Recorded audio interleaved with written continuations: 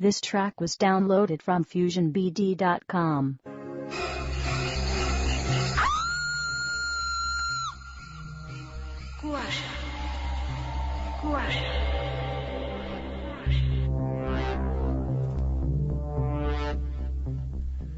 শুনছেন ABC radio FM 89.2 রহস্য ঘেরা কুয়াশা। সবাইকে স্বাগত জানাচ্ছি। আমি শারমিনের সঙ্গে আছি ব্রতী। আজকে আমাদের কুয়াশা যে কাহিনীটি আমরা বলবো সেটা একটি সত্যি কাহিনী, খুবই মর্মান্তিক একটি ঘটনা, যেটা সে সময় সারা বাংলাদেশে এত আলোড়ন তুলেছিল যে গ্রামে গঞ্জে সব জায়গায় এই কাহিনী ছড়িয়ে পড়েছিল এবং এতটাই বেশি ছড়িয়ে পড়েছিল যে তার আমরা শুরুতেই সেটার কিছুটা আভাস রেখেছি। আজকে শুরুটাই ঠিক অন্যভাবে শুরু মানে ঠিক যেভাবে কুয়াশার গল্প এগোয় সেভাবে নয়।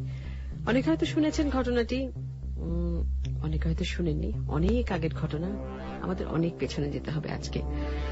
আর এবিসি রেডিও এফএম 89.2 যারা শুনছেন তারা ইচ্ছা করলে আমাকে অথবা ব্রতীকে লিখে পাঠাতে পারেন যে কোনো মোবাইল ফোন থেকে 8920 নাম্বার। যদিও আজকে আমাদের সার্ভারে একটু সমস্যা আছে, আপনাদের কথাবার্তা কতদূর আমাদের কাছে পৌঁছবে আমরা এখনো জানি না, তবে আশা করছি খুব জলদি ঠিকঠাক হয়ে যাবে।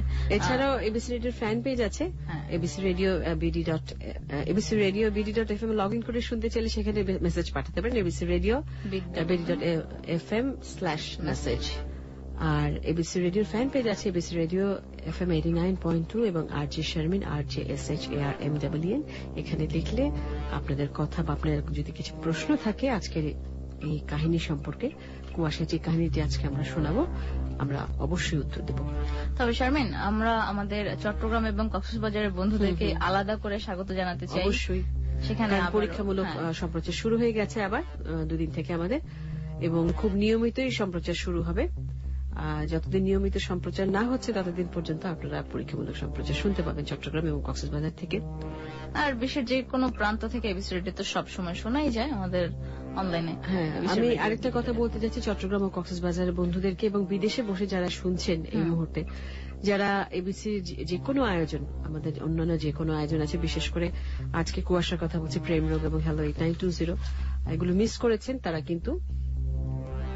কিন্তু এবিসি রেডিও বিডি.এফএম এ লগ ইন করে সেখানে যে সংগ্রহশালা আছে আমাদের, অর্থাৎ আর্কাইভ, সেখানে গিয়ে সেই অনুষ্ঠানগুলো সব দেয়া আছে, সেখানে ডাউনলোড করে আপনারা শুনতে পারেন।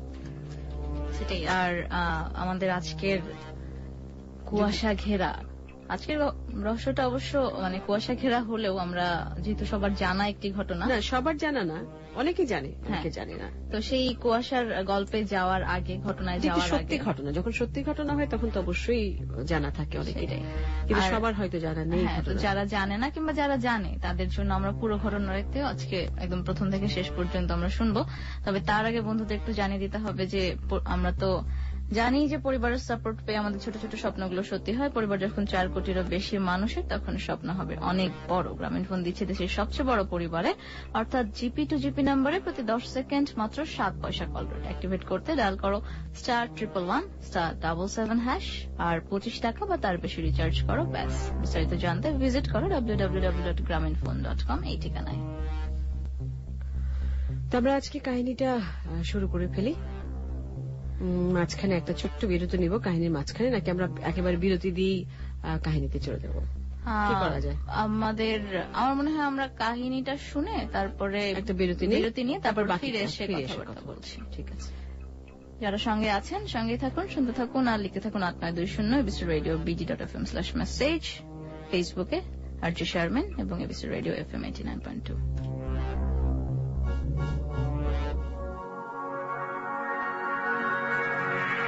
সুন্দর জামাই সাইয়া বাপ বইয়া দিয়াছিল বিয়া, সে ঘরেতে মইল বাইরে আদুরিনী মাইয়া, ছিল ধনির কন্যা, ছিল ধনির কন্যা রূপে ধন্য সাত ভাইয়ের বোন। মনিক মুক্তার মালা যেমন করিল যতন, পরে স্কুলেতে পরে স্কুলেতে লিখতে পড়তে বাড়িতে মাস্টার বাকুম বাকুম করে যেন সোনার কবুতর যখন ঘুঙ্গুর পায় আসে যায় ঘরে আর বাহিরে মা দুঃখিনী হৃদয় খানি খুশিতে যায় ভরে একদিন স্বামীর কাছে বলিতাছে মুখে নিয়া হাসি কবে শুনবো মধুর সুরে খুকির বিয়ার বাসি শোনে মমতাজ মিয়া কয় হাসিয়া শোনো বিনোদিনী আরো 3 বছর পরে মেয়ে দিব জামাই বাবার ঘরে মেট্রিক পাশ করিয়া দিব বিয়া সালেহার লাগিয়া বাংলা সৃষ্ট জামাই আনব টাকাতে কিনিয়া এদিক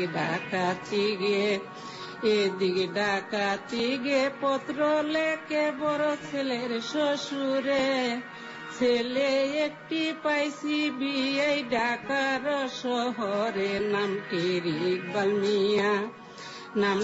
ইকবাল মিয়া যাই বলিয়া সাদের মতো মুখ একটুখানি হাসি দিলে জুড়াইয়া যাইব আর বলবো কত যত শত পড়তাছে ডাক্তারি বর্তমানে মেডিকেলে পড়তাছে ডাক্তারি এদিক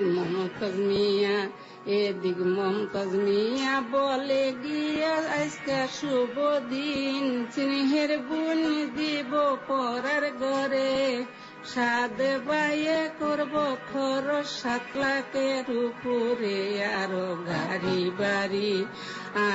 গাড়ি বাড়ি হিসাব করি শুনেন বন্ধু গনা প্রেজেন্টেশন পাইল কন্যা 100 বড়ি সোনা শাড়ি 150 জোড়া থোড়া হিসাব দিয়া যাই এমন বিয়া বাংলাদেশে দ্বিতীয় হয় নাই প্রথম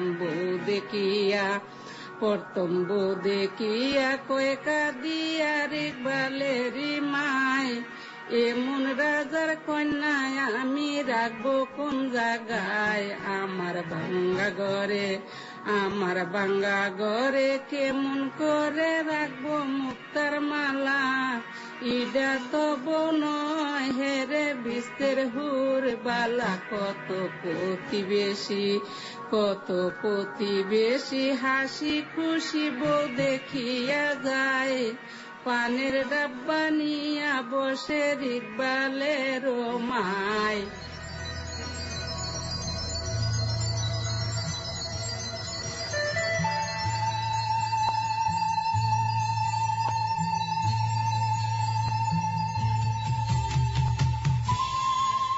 সাত ভাই চম্পার গল্প আমরা শুনেছি।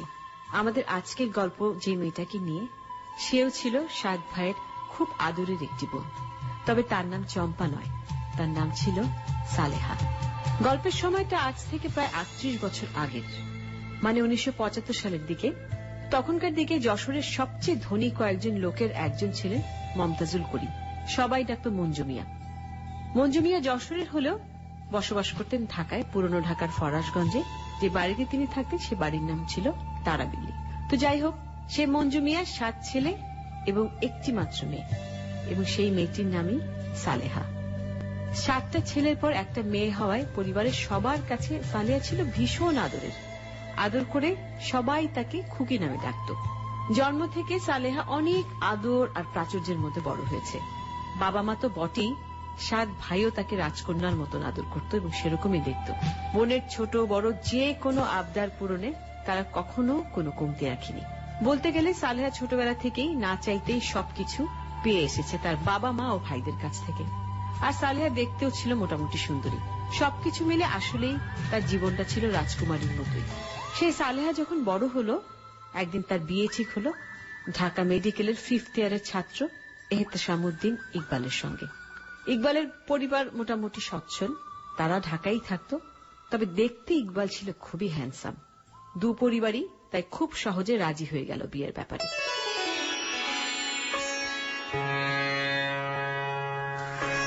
ছেলে তো মাশাআল্লাহ দেখতে শুনতে ভালো। হ্যাঁ, দেখতে শুনতে ভালো, বংশও বেশ ভালো। পৈতৃক সহায় সম্পত্তি তেমন নাই, কিন্তু 2 দিন পরে ডাক্তার হইয়া যখন বাইর হইব নিজের সম্পত্তি নিজেই কইরা ফেলব। খোঁজ নিছি, ছেলে ভালো ছাত্র, সোনার টুকরা ছেলে। তুমি কি কও? আমি আর এত ভালো মন্দ কি বুঝি, তুমি যা ভালো মনে করো তাই করো। আমাকে আদরের মাইয়া যেন সারা জীবন সুখে থাকে, এটাই তো চাই। কি যে কও, সেই চিন্তা কি আমি করি নাই? ছেলে ডাক্তার হয়ে বাইর হওয়ার আগ পর্যন্ত ছেলের সব দায়িত্ব আমিই নিই।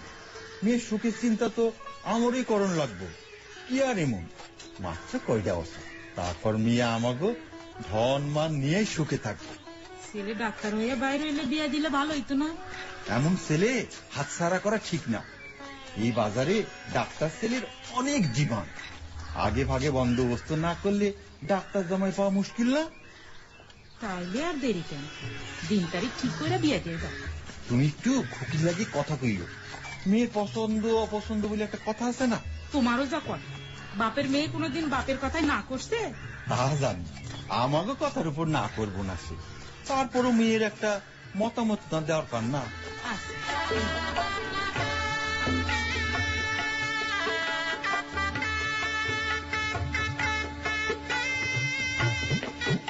সালেহার নিজেরও কোনো আপত্তি ছিল না। ফলে 1975 সালের 7ই ডিসেম্বর মহা ধুমধামে সালেহার ইকবালের বিয়ে হয়ে গেল।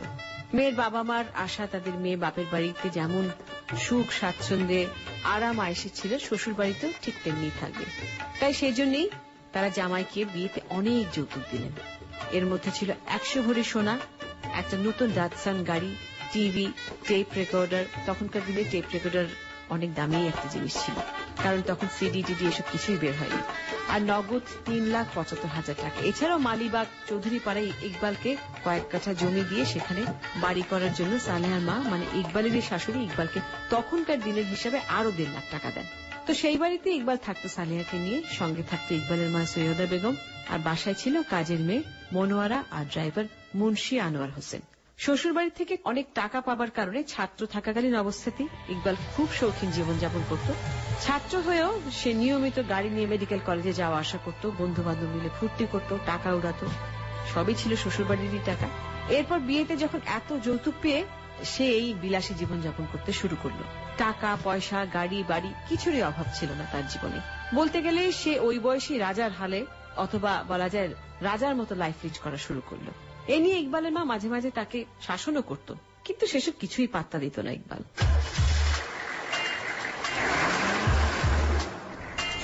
কিরে কই যাইতেছস? একটু বেলি রোডে যাবো। আবার শুরু করছিস তুই এইসব? বন্ধু বান্ধব গুলাকে আড্ডা বাজে একটু কম করলে হয় না? এইসব নিয়ে তোমার মাথা কামানোর দরকারটা কি? তোর এখন বিয়া হয়েছে, ঘরে বউ রেখা এরম যখন তখন বন্ধু বান্ধব লইয়া বাউন্ডুলের মতো ঘোরাফেরা বেড়াইলে তো শ্বশুর বাড়ির লোকজন কইবটা কি কত? কি যে বললো মা, বাউন্ডুলের মতো কই বললাম? ও কত টাইম আছে নাকি আমি পড়াশোনা করতেছি কিনা শুধু এইটাই তারা দেখবো, আর কিছু না। ও তুই আবার পড়াশোনাও করস নাকি? বই নিয়ে তো একদিনও বইতে দেখলাম না। করি না, ডাক্তারি পড়া মা, তোমার দেখা দেখা পড়াশোনা করার কিছু নাই। বউটা সারাদিন ঘরে একলা একটা বইয়া থাকে, তারেও তো একটু সময় দিতে পারোস। বন্ধু বান্ধব গুলাকে না ঘুরা ওরে নিয়েও তো বেড়াইলে পারোস। তো সমস্যাটা কি? ওরে নিয়ে কই যাবো? ও মায়া মানুষ, আমাকে বন্ধু বান্ধব লাগে কি কথা কইবো? তুমি আসো না, তুমি ওরা সময় দিবা। তুই ভালো করতাছস না ইকবাল, এর ফল পেলাম ভালো হইব না। আরে বাদ দাও তো, এত কথা করো না, আমার কাজ আছে, আমি যাই। যা, আমি কথা কইলেই তো কবি বেশি কই। যা, যেখানে মন চায় যা।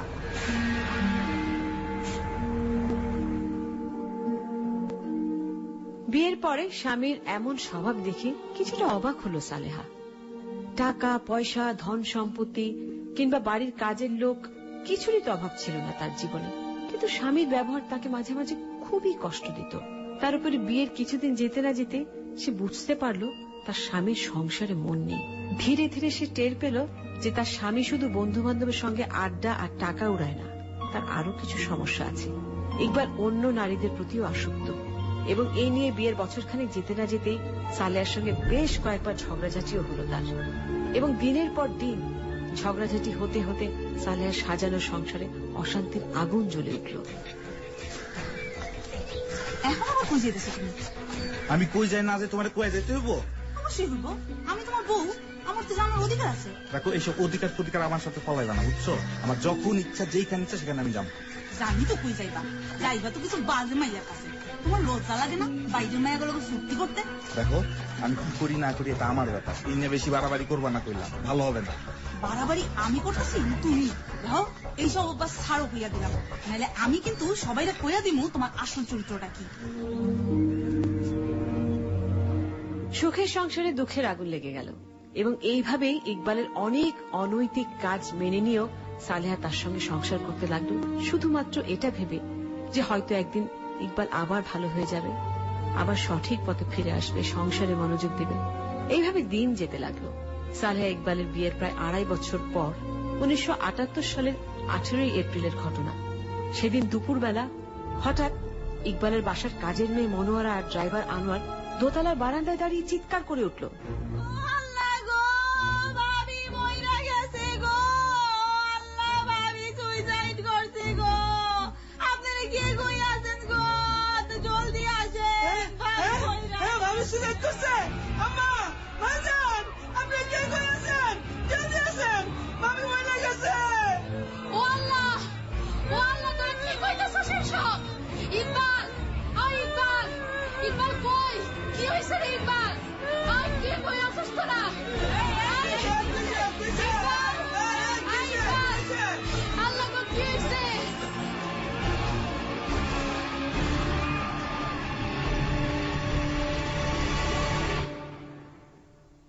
কাজের মেয়ে ড্রাইভারের চিৎকারে কিছুক্ষণের মধ্যেই ইকবালের মা, আশেপাশের বাসার অনেক মানুষ ছুটে আসলেন। দৌড়ে সবার সালেহার বেডরুমে ঢুকলেন। সেখানে গিয়ে দেখেন বিছানার পাশে সালেহার লাশ পড়ে আছে। তার গলায় রক্ত দেখেই বোঝা যাচ্ছে গলা কেটে মেরে ফেলা হয়েছে সালেহাকে। লাশের পাশে স্তব্ধ হয়ে দাঁড়িয়ে আছে ইকবাল। স্ত্রীর আকস্মিক মৃত্যুতে সে প্রায় হতভম্ব। তারপর সবার সামনে সালেহার লাশ ধরে নাড়াচাড়া শুরু করলো। একসময় সবার সামনে সালেহার শাড়ির ভাঁজ থেকে একটা রক্ত মাখা ব্লেড পাওয়া গেল। ব্লেড দেখে ইকবাল কাঁদতে কাঁদতে সবাইকে বলল, এই ব্লেড দিয়ে গলা কাইতে সুসাইড করছে। দেখি দেখি ব্লেডটা দেখি, রক্ত লেগে আছে। আল্লাহ তুমি এই কাজ কেন করলা মা গো? ইকবাল ভাই মুরগির মানুষটা ওরা ডাকেন, পারলে আপনার আম্মারে যে ডাক্তার দেখে হেরা ডাকেন। এই সরেন তো দেখি, এই সরেন দেখি।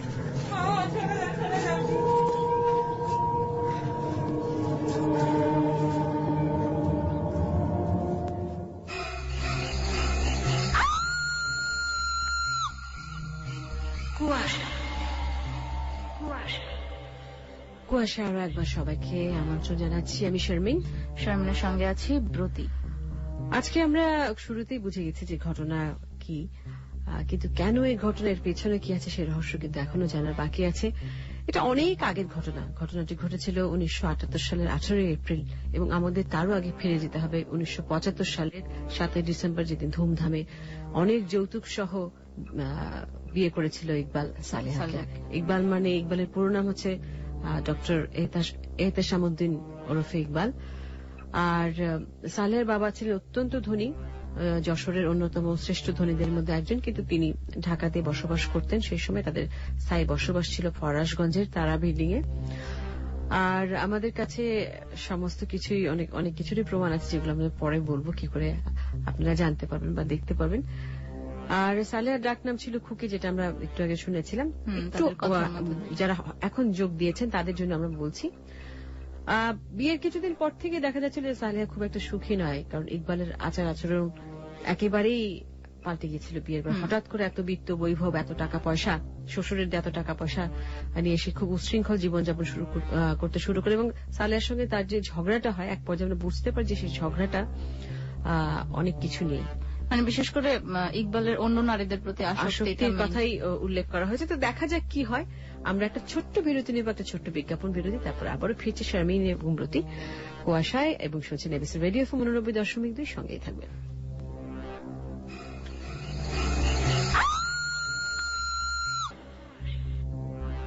কুয়াশায় ঘিরে আছে এবিসি রেডিও 89.2 সঙ্গে আছি আমি শারমিনের সঙ্গে আছি ব্রতী। আমরা যে বিরতিতে যাবার আগে যেটা শুনছিলাম যে ইকবাল এবং সালেহার দাম্পত্য জীবনে একটা অশান্তি ছিল, সেটা দেখছিলাম আমরা। এবং 7 ভাই চম্পা, অর্থাৎ 7 ভাইয়ের এক বোন, খুব আদরের বোনের সঙ্গে খুব ধনাঢ্য পরিবারের মেয়ে সালেহার বিয়ে হয়েছিল ডক্টর ইকবালের সঙ্গে।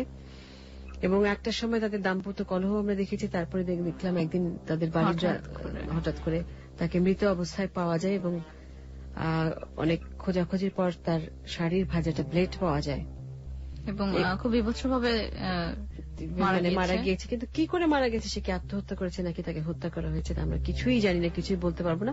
তো বাকি অংশটা আমরা এখন শুনবো। সঙ্গেই থাকবে না, লিখে পাঠাবার ঠিকানা আরো একবার জানিয়ে দিচ্ছি, যে কোনো মোবাইল থেকে 8920 এবং RJ শারমিনের ফ্যান পেজ এবং রেডিও FM 90.2 এর ফ্যান পেজে লিখে পাঠাতে পারেন। কুয়াশা কুয়াশা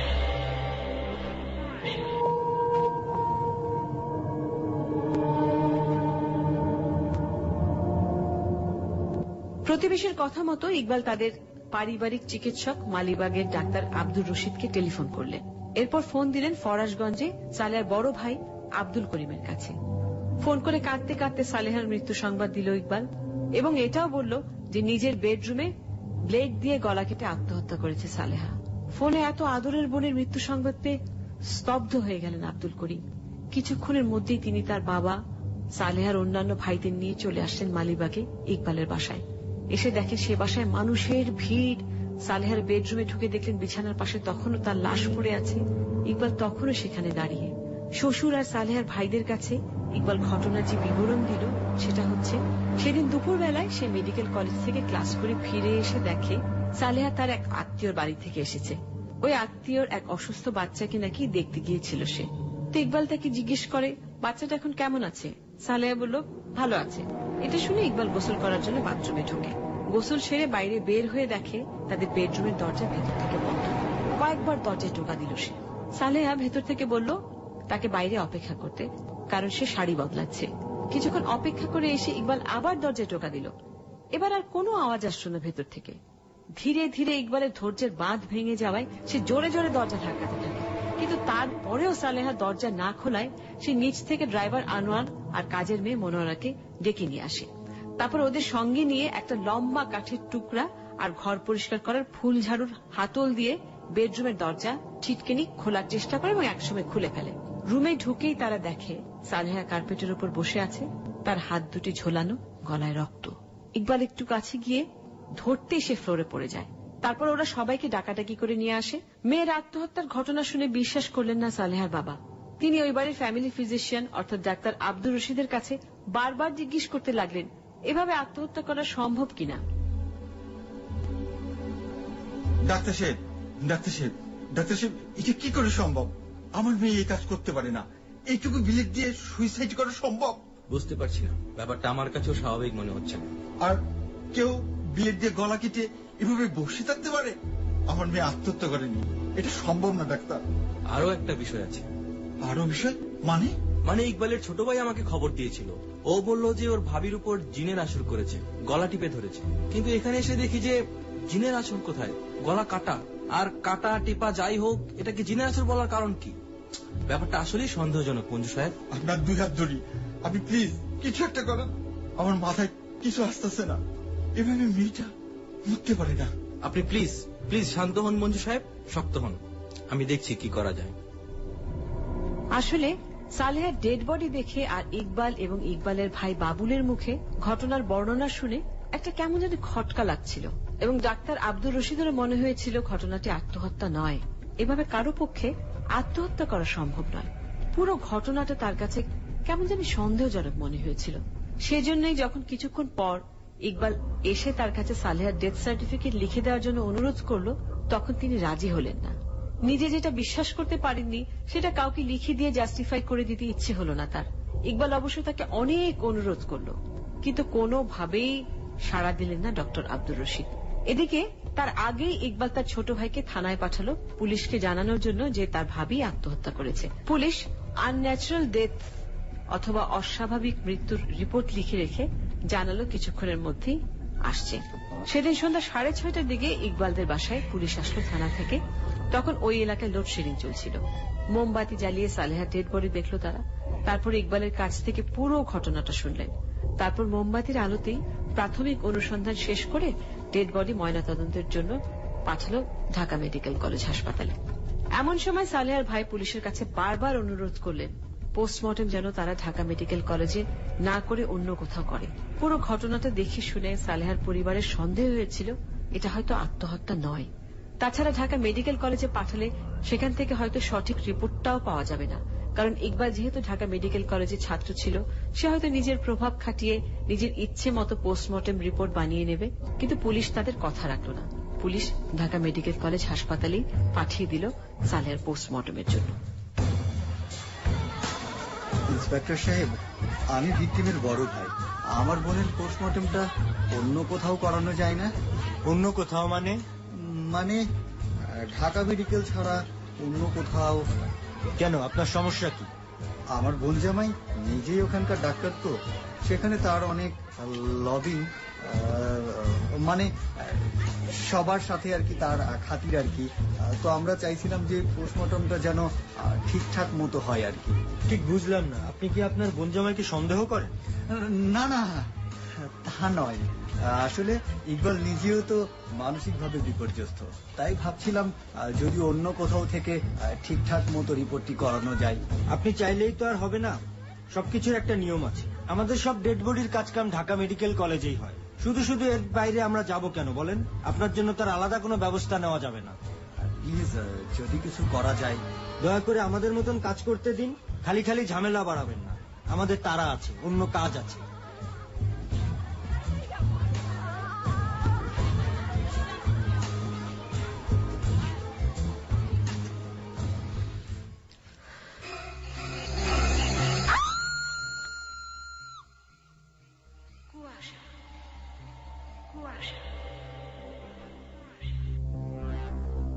বেশ জটিল পরিস্থিতি।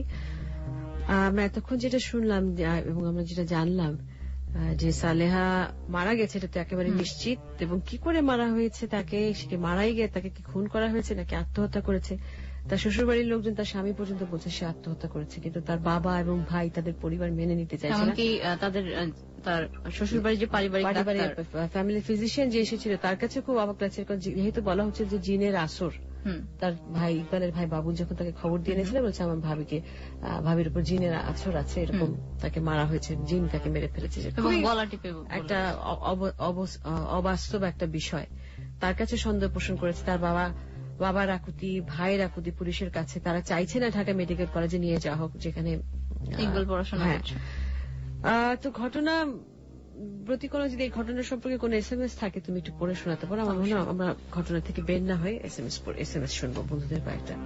মিলন কুমার দীপ জানিয়েছে মমতাজ মিয়ার, আচ্ছা বোন হবে না, মমতাজ মিয়ার মেয়ে সালেহার এই গল্পটা সে তার কাকার কাছ থেকে শুনেছে এবং মাসুদ রানা ব্যাক করেছে। এবং আজকের ঘটনাটা নিয়ে অনেকেরই আগ্রহ শেষ পর্যন্ত কি হয়, কারণ আজকে আমরা শেষটা শুনে ফেলেছি, কিন্তু সালেহার মৃত্যু রহস্য নিয়ে আগ্রহ আজকে সবার। শুরুর থেকেই এই মৃত্যুটা কিন্তু শুরুর থেকেই, হ্যাঁ, তার যে অস্বাভাবিক মৃত্যু সেটা দিয়েই কিন্তু আজকের কাহিনী শুরু। আচ্ছা, আর তানিম একটা ঘটনার কথা জানিয়েছে। আর শিশি সাহা বলছে যে অনেক অজানাকে আমরা জানতে সাহায্য করছি, এই আয়োজনের জন্য ধন্যবাদ জানিয়েছে অনেকেই। আর আজকের আয়োজন নিয়ে এবং এই সাসপেন্স নিয়ে অনেকের অধীর আগ্রহে অপেক্ষা, তারা বিভিন্ন রকমের প্রেডিকশন করছে। তো এই ঘটনা জানতে হলে ফিরে যেতে হবে একেবারে 1978 সালে। 1975 সাল থেকে আমরা শুরু করেছি, অর্থাৎ সালেহার বিয়ের সময় থেকে। সেক্ষেত্রে প্রায় 38 বছর আগের ঘটনা। 38 বছর মানে কত আগের ঘটনা, অনেক আগের ঘটনা, 3 যুগ প্লাস। হ্যাঁ হ্যাঁ। তো আমরা আরো শুনবো ঘটনাটা। তো আমরা একটা ছোট্ট বিরতি নেব, এবিসির প্রতি ঘন্টার খবর শুনে ফিরে আসছি। শারমিন এবং ব্রতি লিখে পাঠাবো ঠিকানা জানিয়ে দিচ্ছি। যে কোনো মোবাইল থেকে 89209 এই নাম্বারে SMS পাঠাতে হবে। আর অন্য কোনো মেসেজ বা কিছু জানার থাকলে লিখে পাঠাতে হলে এবিসি রেডিওর ফ্যান পেজ, এবিসি রেডিও 89.2 এবং শারমিনের ফ্যান পেজ তো আছেই, সেখানে পাঠানো যাবে। সঙ্গেই থাকবেন।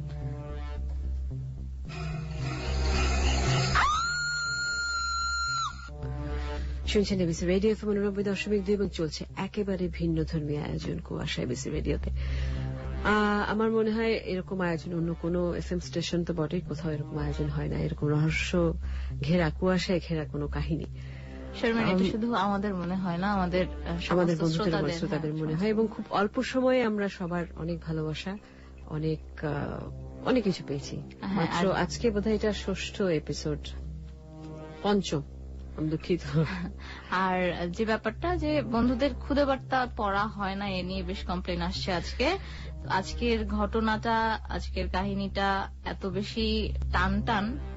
আর একটা কথা এখানে বলতে হচ্ছে, আমি একটু ইন্টারাপ্ট করছি মাঝখানে, যে বন্ধুদের খুদে বার্তা পড়া হয় না, এটার অভিযোগ যেমন আছে, আবার খুদে বার্তা পড়া হয় কেন, গল্প শোনানো হয় না কেন, সেই অভিযোগও কিন্তু আছে। আচ্ছা, তাহলে এখন কোনটা করা যায়? আমার মনে হয় আজকে যেহেতু আমরা গল্পের ভিতরেই পুরোপুরি আছি, আগে আমরা গল্পটা শুনে তারপর সব বন্ধুদের সঙ্গে কথাবার্তা বলতে পারি। সেটাই ভালো।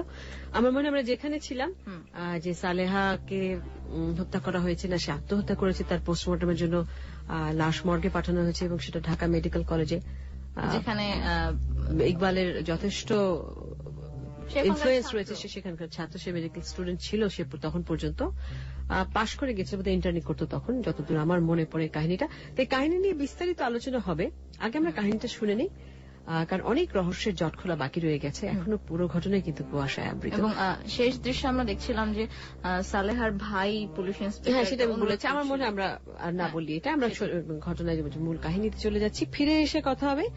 আর আমাদেরকে SMS পাঠাতে হলে যে কোনো মোবাইল ফোন থেকে 89209 নাম্বারে পাঠাতে হবে। আর ডিশারমিনের ফ্যান পেজ এবং ABC রেডিও 89.2 ফ্যান পেজ তো আছেই, এবং ABC radio BD.FM A log in করে সেখানে মেসেজ পাঠাতে পারেন, আপনি সঙ্গেই থাকবেন।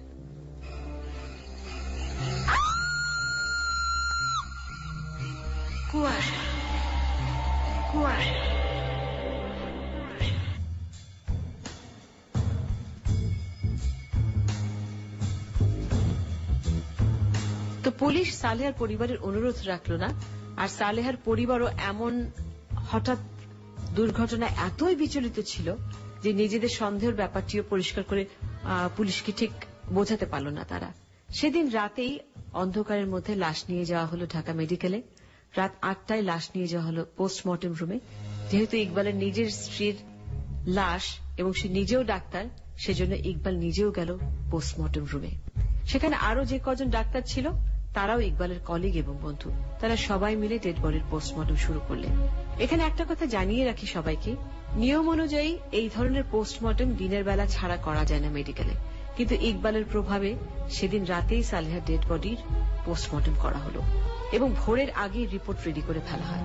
সূর্য ওঠার আগেই সালেহার পরিবারের কেউ আসার আগেই পোস্টমর্টম রিপোর্ট সালেহার ডেড বডি দিয়ে দেওয়া হয় ইকবালের হাতে। রিপোর্টটি তৈরি করেছিলেন ঢাকা মেডিকেল কলেজের তখনকার লেকচারার ডক্টর মোয়াসিম হোসেন। পরে জানা গেছে সেই ডাক্তার ইকবালের খুবই ঘনিষ্ঠ বন্ধু ছিলেন। রিপোর্টে বলা হয় রহস্যজনকভাবে আত্মহত্যা করেছে সালেহা। একই রিপোর্ট পাঠানো হলো পুলিশের কাছেও। পোস্টমর্টম রিপোর্ট আর ডেড বডি ফেরত পাওয়ার পর ইকবালকে অনেক শান্ত মনে হলো। বেলা 11টার দিকে গোসল সেরে সে জানাজায় নামাজ পড়ার জন্য তৈরি হলো। আত্মীয় স্বজন আসার পরে আসরের নামাজের পর জানাজা পড়িয়ে লাশ সালেহার মায়ের কাছে নিয়ে আসা হলো ফরাশগঞ্জের বাসায়। এত আদরের মেয়ের লাশ দেখে কান্নায় ভেঙে পড়লেন সালেহার মা। তিনি চিৎকার করে বলতে লাগলেন ইকবালই তার মেয়ের মৃত্যুর জন্য দায়ী।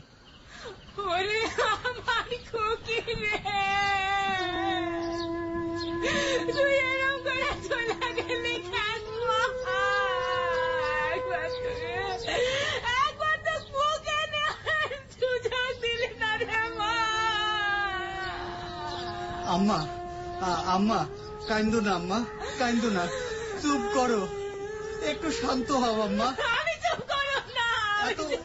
এত ভাঙা পড়লে কি চলবে কও? আমার মেয়েরা শান্তিতে থাকবার চাইনি,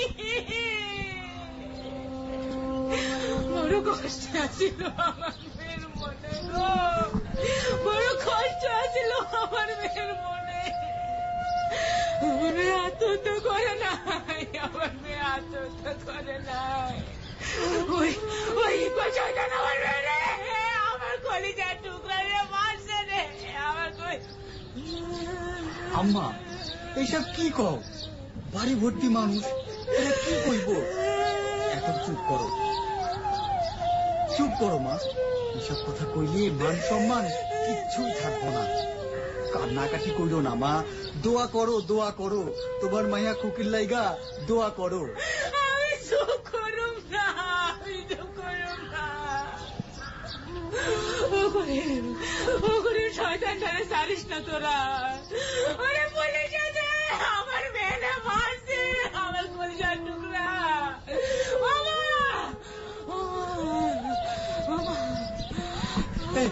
মা, আম্মা, আম্মা, এই চোখ খোলো আম্মা, আম্মা চোখ খোলো। এই কেউ একটু পানি আন, এই মা অজ্ঞান হয়ে গেছে, এই পানি আন, পানি আন। এই কান্নাকাটির পর সালেহার লাশ দাফন করার জন্য নিয়ে যাওয়া হলো জুরাইন কবরস্থানে। সেখানেও এক হৃদয় বিদারক দৃশ্য দেখা গেল। যে ইকবালকে সবাই সালেহার খুনের জন্য সন্দেহ করছিল, তার কাঁধেই মাথা রেখে সালেহার বাবা কাঁদছেন। তিনি তার মেয়ের জন্য দোয়া করতে বললেন ইকবালকে, আমার মেয়েটার জন্য তুমি একটু দোয়া করো বাবা। স্বামী দোয়া না করলে স্ত্রী জান্নাতে যাইতে পারে না। করতেছি আব্বা, আপনারাও করেন। আল্লাহ, তুমি আমার মেয়েটার শান্তিতে রাখো, ওর ভুল ত্রুটি মাফ করে দিও। আল্লাহ, তুমি আমার এত বড় শাস্তি কেন দিলা? কেন কুকিরা আমার কাছ থেকে কাইরা নিলা?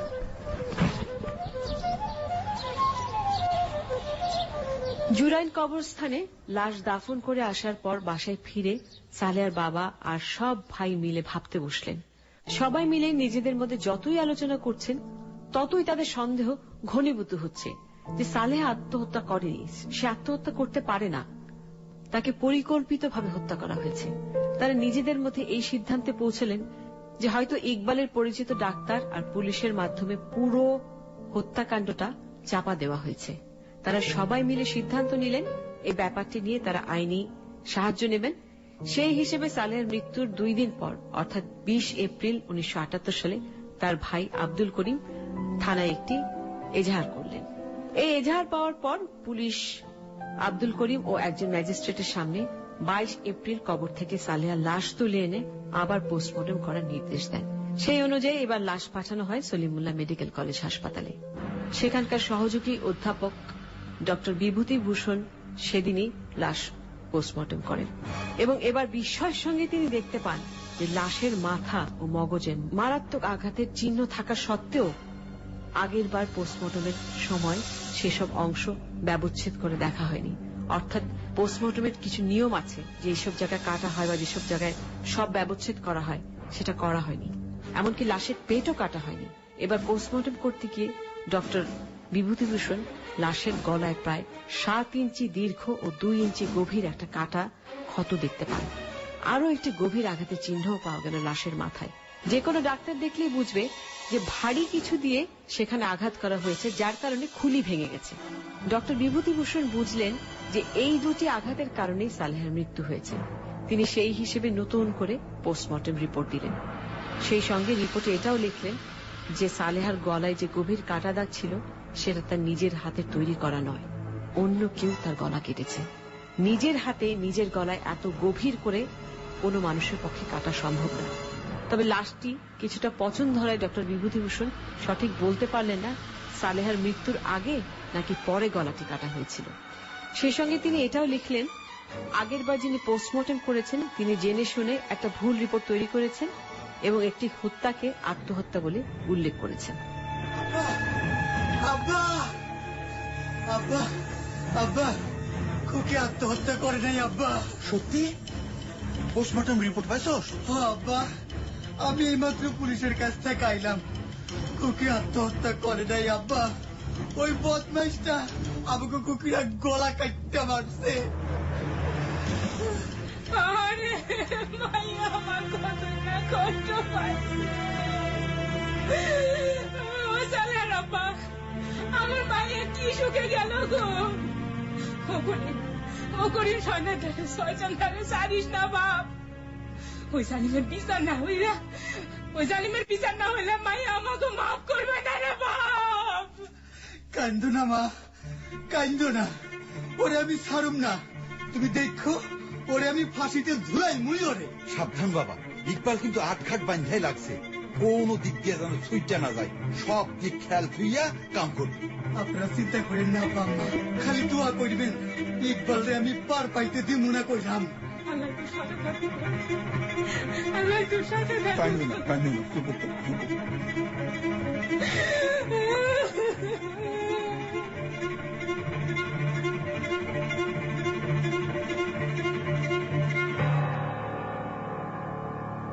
এরপর পুলিশের গোয়েন্দা বিভাগ এই মামলার তদন্তভার গ্রহণ করে।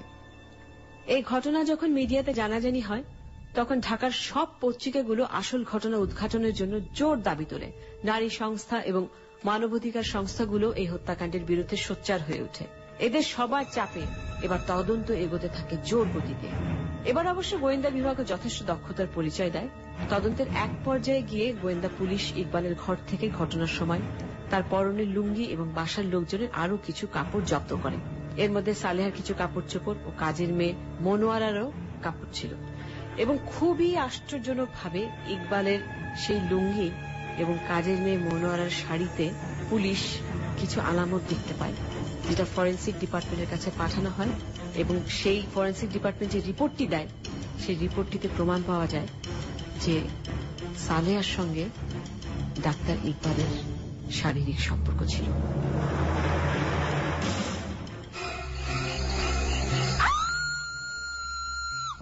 কুয়াশার আজকের রহস্য অনেকে হয়তো ভেবেছেন প্রথমেই উদ্ঘাটিত হয়ে গেছে, কিন্তু না, এখন পর্যন্ত কিন্তু আমরা জানতে পারিনি যে সালেহার মৃত্যুর পিছনে কি লুকিয়ে আছে, কি রহস্যটা লুকিয়ে আছে। অদ্ভুত সব ব্যাপার ঘটছে, মানে একটা একের পর এক অনেকেরই জানা ঘটনা। কারণ এটা আমি খুবই আলোড়ন সৃষ্টিকারী একটি কাহিনী। সেই সময়কার 1978 সালের অত্যন্ত চাঞ্চল্যকর একটি মামলা হয়েছিল। আমি এ সম্পর্কে বিস্তারিত বলার আগে আমার মনে হয় আমরা মূল ঘটনায় চলে যাই। আর যারা সঙ্গী আছে সঙ্গে থাকবেন। আজকে আমরা গল্পের মধ্যে কোনো বিরতি বা কোনো কথা বলতে চাইছি না, আমরা চাইছি পুরো গল্পটা শুনে তারপরে ফিরে এসে আমরা আলোচনা করব। সঙ্গে থাকুন, শুনতে থাকুন, লিখতে থাকুন। আর শুনছি এবিসি রেডিও এফএম 89.2 এবং চট্টগ্রাম এবং কক্সবাজারের বন্ধুদেরকে আবারও বলছি, আপনারা শুনছেন পরীক্ষামূলক সম্প্রচার এবিসি রেডিওতে, এবং খুব শিগগিরই নিয়মিত সম্প্রচার শুরু হবে। সে পর্যন্ত এবিসির সঙ্গেই থাকবেন এবং আজকে কুয়াশার সঙ্গে থাকুন।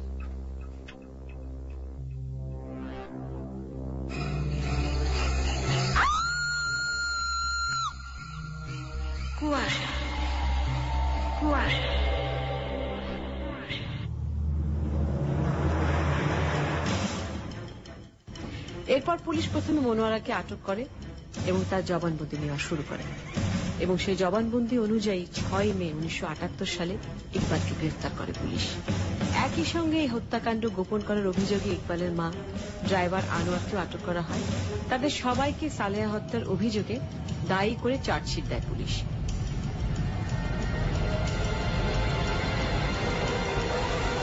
কিভাবে ঘটেছিল এই নৃশংস হত্যা, কিভাবে ইকবাল প্রথম গোপন করেছিল পুরো ব্যাপারটা, সেটা জানতে হলে আমাদের এই ঘটনার কিছুদিন আগে ফিরে যেতে হবে। ইকবালের বাসায় মনোয়ারা নামে যে কাজের মেয়ে থাকত, তার বয়স ছিল 14 কি 15 বছর। খুব স্বাভাবিকভাবেই সে ছিল অবিবাহিত। সে দেখতে এতটাই সুন্দরী ছিল যে ইকবালের বাসা থেকে যখনই সে বাইরে বেরোতো কোনো কাজে, আশেপাশের ছেলেরা তাকে হেমা মালিনী বলে খেপাত। মনোয়ারার এই সৌন্দর্যের কারণে ইকবালেরও একসময় তাকে কাছে পাবার লোভ হলো। মনোয়ারার দায়িত্ব ছিল ইকবালের মাকে দেখাশোনা করা, আর সালেহার বিয়ের পর সে এই দুজনের কাজও করত। ফলে ইকবালের বিয়ের পরে মনোয়ারাকে বেশি কাছ থেকে দেখার সুযোগ তৈরি হয় ইকবালের। আর এই সময় মনোয়ারার দেহের প্রতি ইকবালের লোভ জাগে। রাতের বেলায় মনোয়ারা ঘুমাতো ইকবালের ড্রয়িং রুমের ফ্লোরে। ইকবালের বেডরুম থেকে ড্রয়িং রুমে যেতে মাঝখানে একটা দরজা ছিল। সালেহা খুনের 4-5 মাস আগে এক রাতে ইকবাল রাতের বেলায় ওই দরজা খুলে মনোয়ারার রুমে আসে এবং তাকে ঘুম থেকে ডেকে তুলে জোর করে তার সঙ্গে শারীরিক সম্পর্ক করে।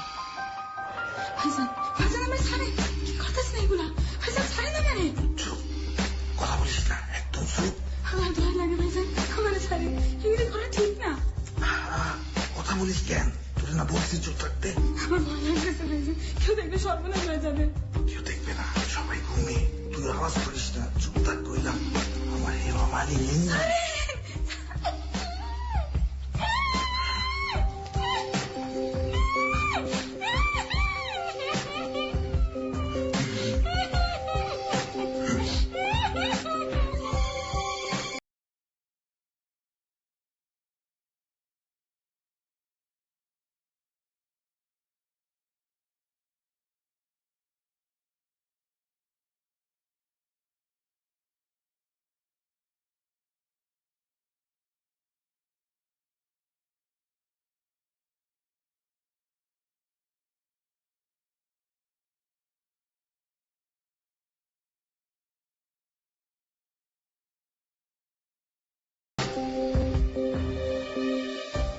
এই সময় প্রাণপণ চিৎকার করে ইকবালের হাত থেকে বাঁচার জন্য, কিন্তু ইকবাল তার মুখ চেপে ধরেই তাকে ধর্ষণ করে। মনোয়ারার ভয়ে আতঙ্কে গুমড়ে গুমড়ে কাঁদা ছাড়া আর কোনো উপায় ছিল না, কোনো রাস্তা ছিল না। সেদিন রাতে ইকবাল চলে যাওয়ার সময় মনোয়ারাকে হুমকি দিয়ে যায় যে এই ঘটনা কাউকে বললে ইকবাল তাকে মেরে ফেলবে। ভয়ে লজ্জায় চুপ হয়ে যায় মনোয়ারা, সে কাউকে কিচ্ছুই বলতে পারে না।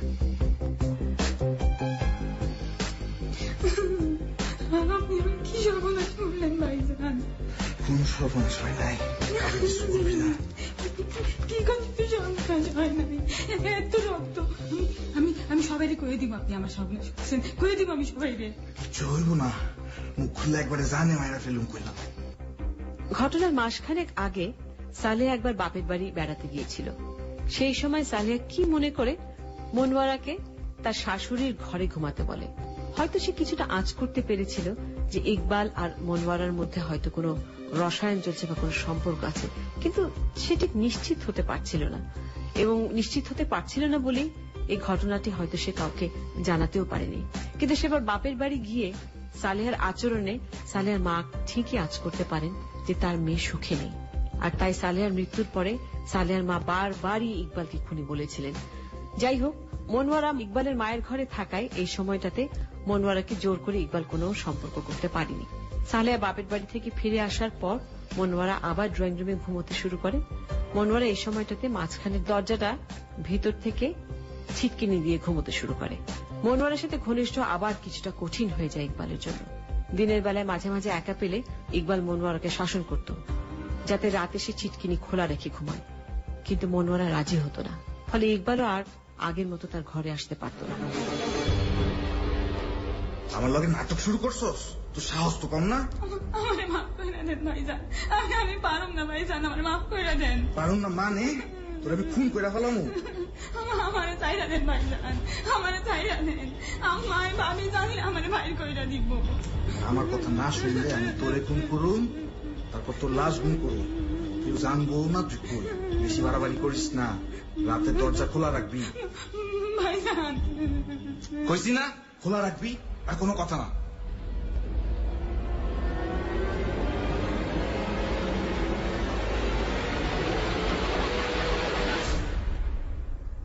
ঘটনার দিন অর্থাৎ এপ্রিলের 18 তারিখ সকালে সালেহা তার ননদের বাসায় বেড়াতে যায়। একা যেতে হবে বলে সে যাওয়ার সময় মনোয়ারাকে সঙ্গে নিয়ে যায়। ঘণ্টাখানেক পরে সালেহাকে ননদের বাসায় রেখে মনোয়ারা একা বাসায় ফিরে আসে। আসলে সালেহাই তাকে পাঠিয়ে দিয়েছিল বাসায় ফিরে ঘরের কাজগুলো করার জন্য, ঘরটা গুছিয়ে রাখার জন্য। অথবা এমনও হতে পারে হয়তো সালেহার মধ্যে যে সন্দেহ মনোয়ারা এবং ইকবালকে নিয়ে, সেটা সত্যি কিনা সেটা পরখ করবার জন্য হয়তো সে পাঠিয়েছিল মনোয়ারাকে। তো সে যাই হোক, ইকবাল কলেজ থেকে ফিরে এসে মনোয়ারাকে একা পেয়ে আবারও তার মাথা খারাপ হয়ে যায়। তার ভেতরে আবার মনোয়ারাকে ভোগ করার সেই আদিম ইচ্ছা জেগে ওঠে। এবার সে প্রায় জোর করে মনোয়ারাকে দোতলায় তার বেডরুমে ডেকে নিয়ে যায় এবং যথারীতি জোর করে তার সঙ্গে শারীরিক সম্পর্কে লিপ্ত হয়। ঠিক এই সময় ইকবালের মা ছেলের খোঁজে বেডরুমে এসে দরজায় নক করলেন। ইকবাল মনোয়ারাকে আলমারির আড়ালে লুকিয়ে থাকতে বলে দরজা খোলে। কে? আরে কে? ইকবাল, দরজাটা একটু খোল। ও আম্মা, কি দরকার? আরে দরজাটা একটু খোল না বাবা, কথা ছিল তো। হ্যাঁ, কি কথা বলো। কি রে, তুই এরম ঘামাইতেছস কেন? ও না, এমনি। কি কথা বলো না। না, কইতেছিলাম খুকি যে তোর বইনের বাড়ি গেছে, কখন আসবো কিছু কয়া গেছে? না তো, আমার তো কিছু বলেন নাই। তোমার বইলা যায় নাই? আমি ভাবছিলাম তুই জানোস। আচ্ছা দেখ তো ওর বাড়ি একটু টেলিফোন কইরা। আচ্ছা দেখতেছি, তুমি যাও, আরাম করো, যাও। তুই কিন্তু খবর নিস, আর আমারে কিন্তু জানাইস ও কি কইছে। আমি নিতেছি, তুমি যাও।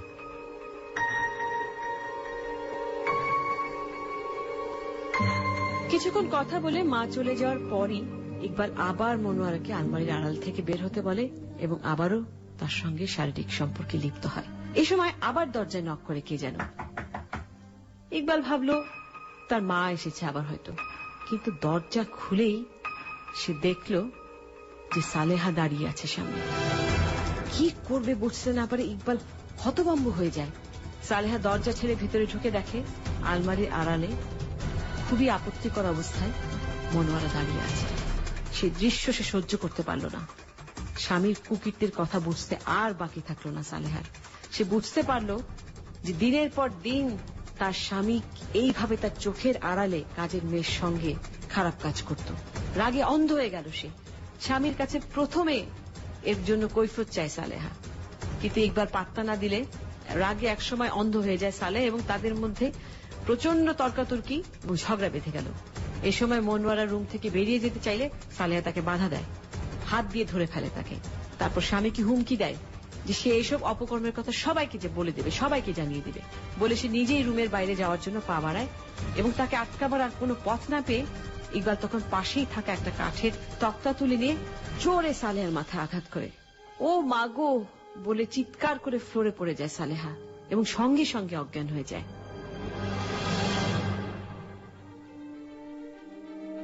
তুমি তুই কাজের লোকের সাথে লজ্জা করে না তোমার? আমার যা ইচ্ছা তাই করবো, তোমার তাতে কি? আমার কি মানে? আমি তোমার বিয়া করাবো। তো বউ বউয়ের মতো থাকবা, আমি কি করি না করি না তা নিয়ে তোমার মাথা কামাইলে চলবো নাকি? তাই বলে তুমি আমার ঘরে?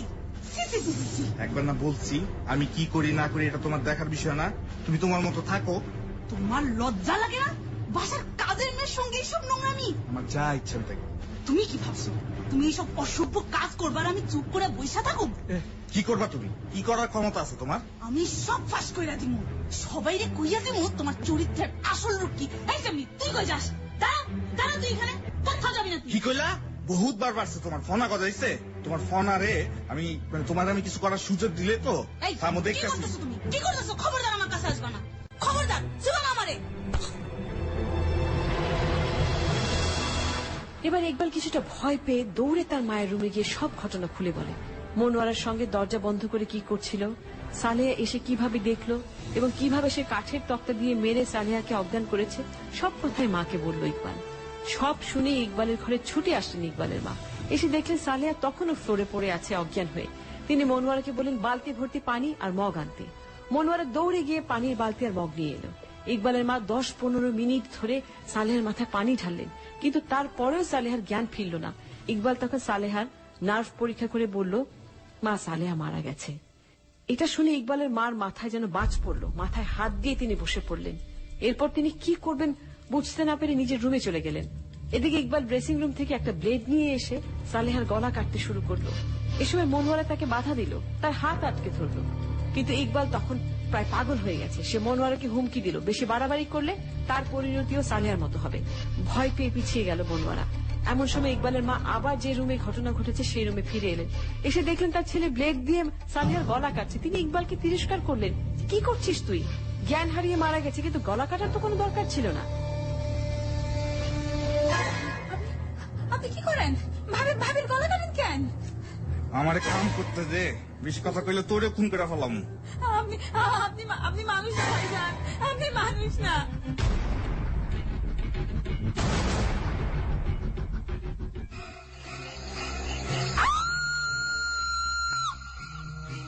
কুয়াশা কুয়াশা।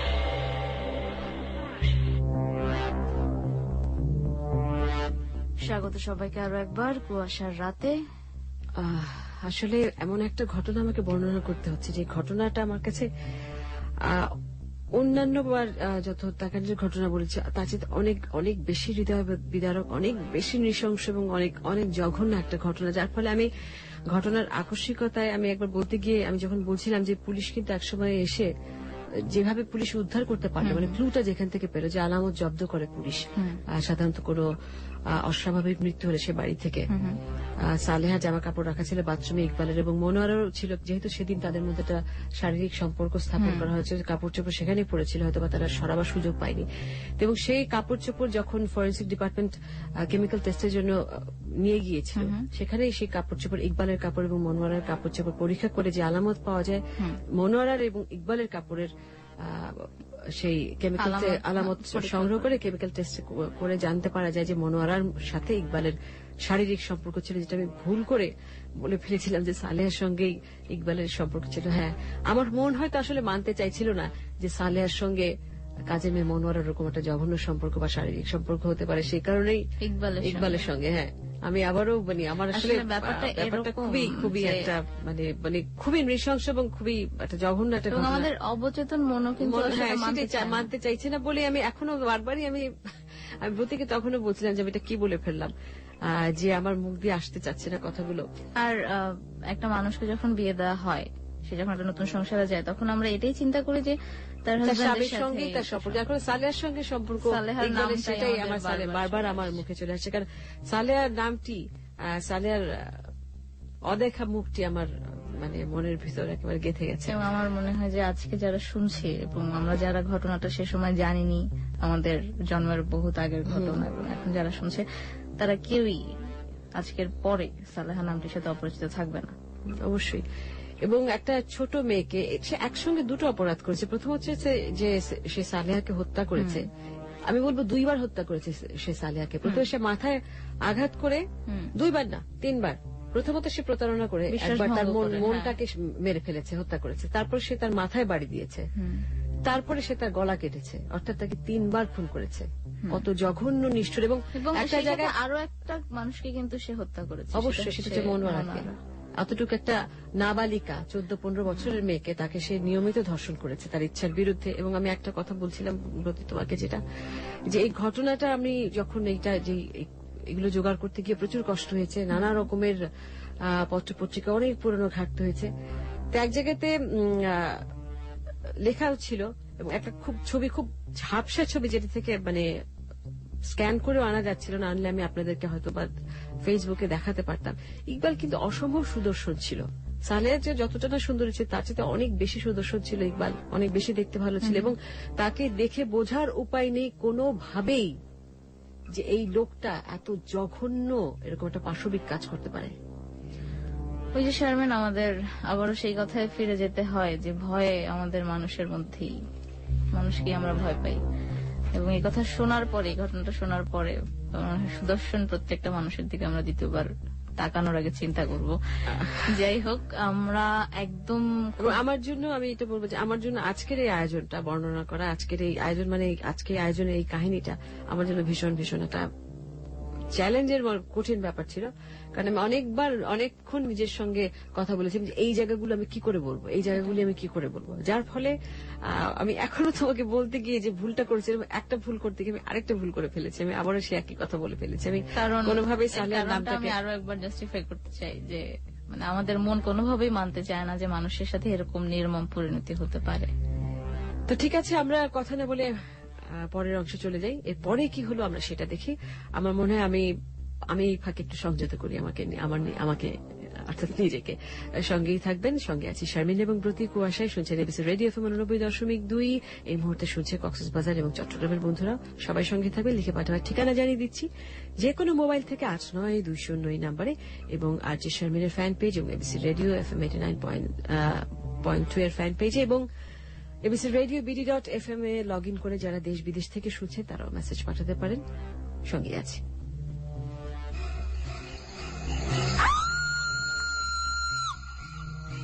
কুয়াশা, কুয়াশা।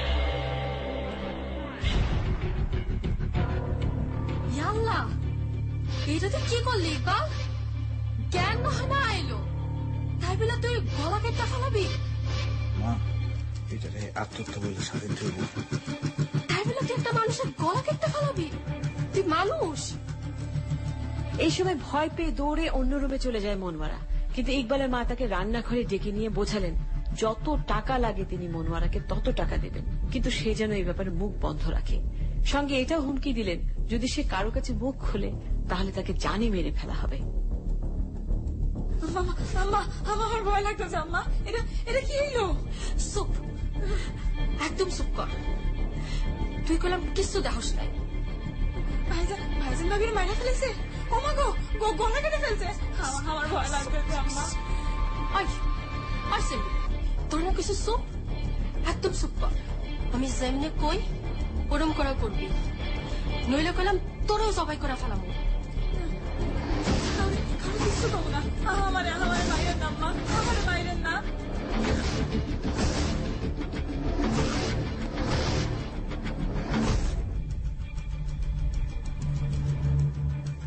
এরপর ইকবালের মা ডেকে আনলেন বাড়ির ড্রাইভার আনোয়ারকে। আনোয়ার তাদের বাড়ির অনেক পুরনো ড্রাইভার এবং সে ইকবালের পরিবারের অনেক বিশ্বস্ত একজন লোক। ইকবালের মা তাকে পুরো ঘটনাটা খুলে বললেন। সব শুনে আনোয়ার বুদ্ধি দিল যে ঘটনা যেহেতু ঘটে গেছে এখন আর কিচ্ছু করার নেই, এখন এটাকে যেভাবেই হোক সাজাতে হবে, অর্থাৎ প্রমাণ করতে হবে যে সালেহা সুইসাইড করেছে। আপনি কোনো চিন্তা করেন না আম্মা, আমি সব সামলাইতেছি। দেখ আনোয়ার, এটা আমার পুরা ফ্যামিলির মান সম্মানের বিষয়। যা করবি তাড়াতাড়ি করবি, ঠান্ডা মাথায় করবি। আমার আর তোর মনিবের মান সম্মান এখন তোর হাতে। আপনি মাথা ঠান্ডা রাখেন আম্মা। ভাইজান, দরজাটা বাইরের থেকে লাগানোর ব্যবস্থা করেন। এই ফুল ঝাড়ু আর এই লাঠি দিয়ে হবো না? একবার চেষ্টা করে দেখেন ভাইজান। আম্মা, আপনি দরজাটা লাগাই দেন। ভাইজান, আপনি ওই দরজার ফাঁক দিয়া লাঠিটা ঢুকাই দেন। হ্যাঁ, ডাইনে ডাইনে। হ্যাঁ, আরেকবার ঘুরান। খুলছে। মনোরা, তুই পানি এনে রক্তগুলো মুছে ফেল। আনতেছি আমি। রক্ত মুছে দরজার বাইর থেকে লাগাইয়া আপনারা যে যার ঘরে যান। আমি আর মনে চিনালে আপনারা দৌড়াই এসে। এরপর ভাইজান, আপনি সুজাই হয়েছে বুঝলে কানবেন।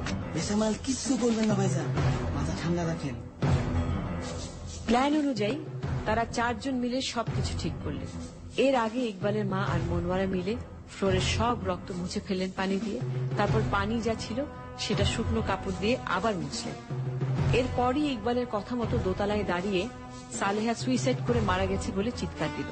আর এই পুরো ঘটনাটা মনোয়ারা পরে আদালতে সাক্ষী দেওয়ার সময় নিজের মুখে স্বীকার করেছিল। পুলিশ মনোয়ারাকে সন্দেহ করেছিল, তারও একটা কারণ আছে। আগেই বলেছি, ঘটনার পর তদন্ত করতে এসে পুলিশ বাসা থেকে যেসব জিনিস জব্দ করেছিল তার মধ্যে ইকবাল আর মনোয়ারার কিছু কাপড় চোপড় ছিল। তো সেই সব কাপড় চোপড় যখন ফরেন্সিক ডিপার্টমেন্টে পাঠানো হলো কেমিক্যাল টেস্ট করার জন্য, তখন ইকবালের লুঙ্গি এবং মনোয়ারার শাড়ি, পেটিকোট সবগুলোতেই এমন কিছু আলামত পাওয়া গেল যা থেকে পুলিশ ধারণা করে নিল যে এই দুজনের মধ্যে শারীরিক সম্পর্ক রয়েছে এবং সেটা নিশ্চিত। আরো নিশ্চিত হওয়ার জন্য পুলিশ মনোয়ারার মেডিকেল টেস্ট করে যে রিপোর্ট পেল তাতে জানা গেল যে মাত্র 14-15 বছর বয়স হওয়া সত্ত্বেও অনেকবার পুরুষের সঙ্গে শারীরিক সম্পর্ক করেছে মনোয়ারা। তারপর যখন জেরা করা হলো তখন সে স্বীকার করলো ইকবালের সঙ্গে তার শারীরিক সম্পর্ক ছিল। ইকবাল সাহেবের সাথে তোমার সম্পর্ক কি? যে আমি তাকে বাড়িতে কাম করতাম। কি কাম করতা? যে বাসা বাড়ির কাম করতাম। বাসা বাড়ির কাম? আর কোনো কাম করতা না? আর কোনো কাম মানে আর কোনো কাম করতাম না। দেখো, কিছু লুকানোর চেষ্টা করো না, সত্য কিন্তু আমাদের কাছে আছে। কি কাম করতা ঠিক মতো বলো। যে আমি বাসা বাড়ির কামই করতাম। উনি আমার মনিব আসিল। আবার মিথ্যা কথা, ঠিক করে বল, কি কাজ করতি? কিরে তোতলাস কেন? ঠিক মতো বল। কিছু দেখ, কইসা একটা চর মারলে তুই কিন্তু সব সত্য কথা কইবি। আমি কিন্তু মায়া মানুষের গায়ে হাত তুলি না। এখন আমারে বাধ্য করিস না কইলাম। কি কর? বুঝতেছি না তো। আর কোনো সম্পর্ক নাই? একটু ভাইবা বল। না, উনি তো আমার মনিব ছিল। মনিবা ছিল? মনিবের সাথে কমু? মনিবের সাথে তোর সম্পর্ক কি আছিল আমরা কিন্তু সব জানি।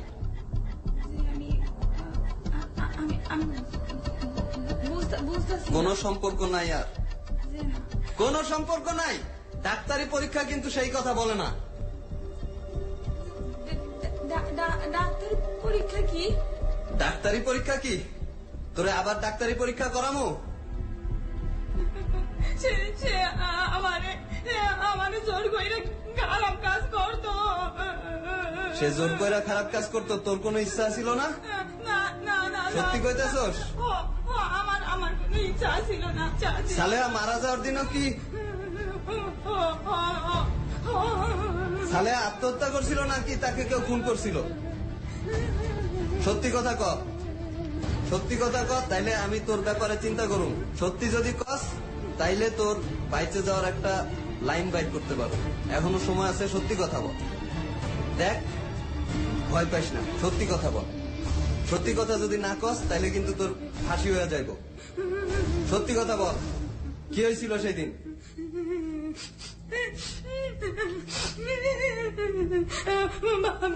ভাবি ওই দিন আমার ননদের বাড়িতে বেড়াতে নিয়ে গেছিল। আমি যাতে বাড়ির কামগুলো কইরা রান্না কইরা ঘরটা গুছাই। কান্দন থামা, ঠিক মতো বল।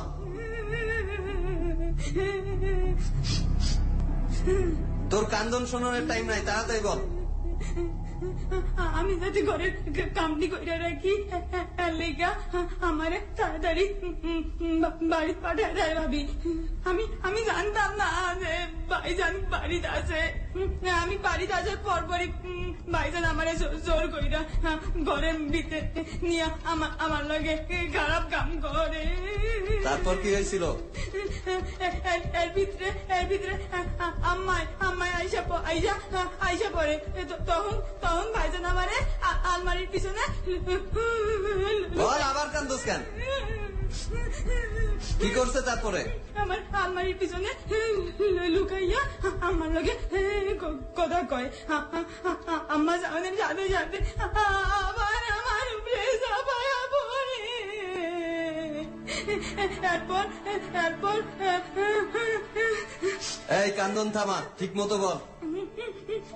এরপর কিছুক্ষণ পর আবার দরজায় কে জানি ধাক্কা দেয়। কে আইছিল তখন? ভাইজান দরজা কইলা দেয়। বল। সালেহা ভাবি দাঁড়ায় আছে। তারপর ভাবি আমারে দেখা ফেলায়। আমি ঘর থেকে পলাইতে চাইলে ভাবি আমারে ঘরের ভিতরে আটকায়া দেয়। তারপর কি হলো? এরপর ভাইজান আর তুই মিল্লা? আমি কিছু করি নাই স্যার। সত্যি কথা বল। আমি কিছু করি নাই। তাইলে কে করছে? ভাইজান একটা মোটা লাঠি দিয়া ভাবির মাথায় বাড়ি দেয়।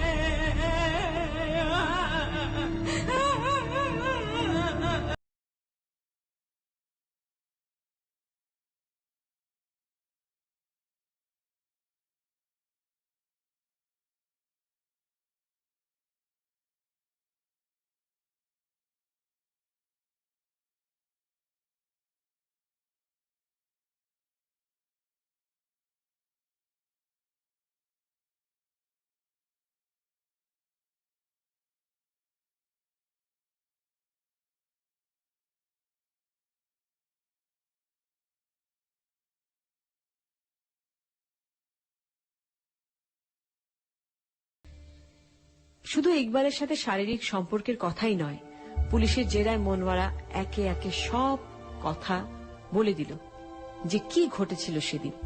এই মনোয়ারাই পরবর্তীতে পুলিশের পরামর্শে এই মামলার রাজসাক্ষী হিসেবে কোর্টে সাক্ষ্য দেয়।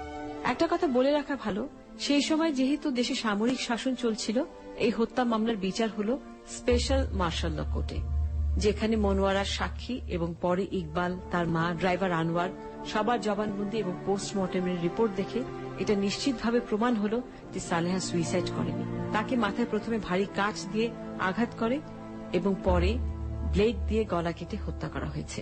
মার্শাল কোর্ট রায়ে এই হত্যাকাণ্ডের কারণ হিসেবে বলেন, বাসার কাজের মেয়ের সঙ্গে ব্যভিচারে লিপ্ত থাকা অবস্থায় স্ত্রীর কাছে ধরা পড়ে যাওয়ায় ইকবাল তার স্ত্রীকে ঠান্ডা মাথায় খুন করেছিল।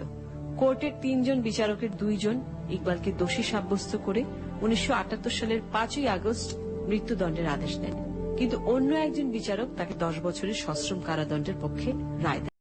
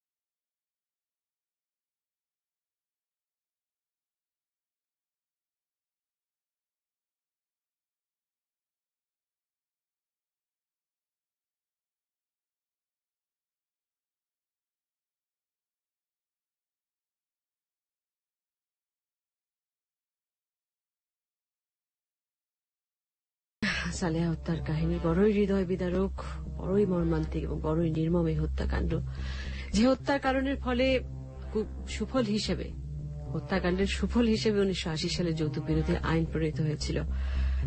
যৌতুক বিরোধী আইন প্রণীত হয়েছে ঠিকই, তারপরেও কিন্তু এখনো যৌতুক দেয়া হয় বিভিন্ন নামে। এখনো কিন্তু অনেক সালেহা আছে যারা মরে গিয়েও প্রাণে বেঁচে আছে, কারণ অনেকের এই ধরনের স্বামীর কুরুচিপূর্ণ আচরণ তাদেরকে প্রতি রাতেই সইতে হয়, তারা নির্বিকার ভাবে থাকে, তাদের হয়তো কিছু বলার থাকে না।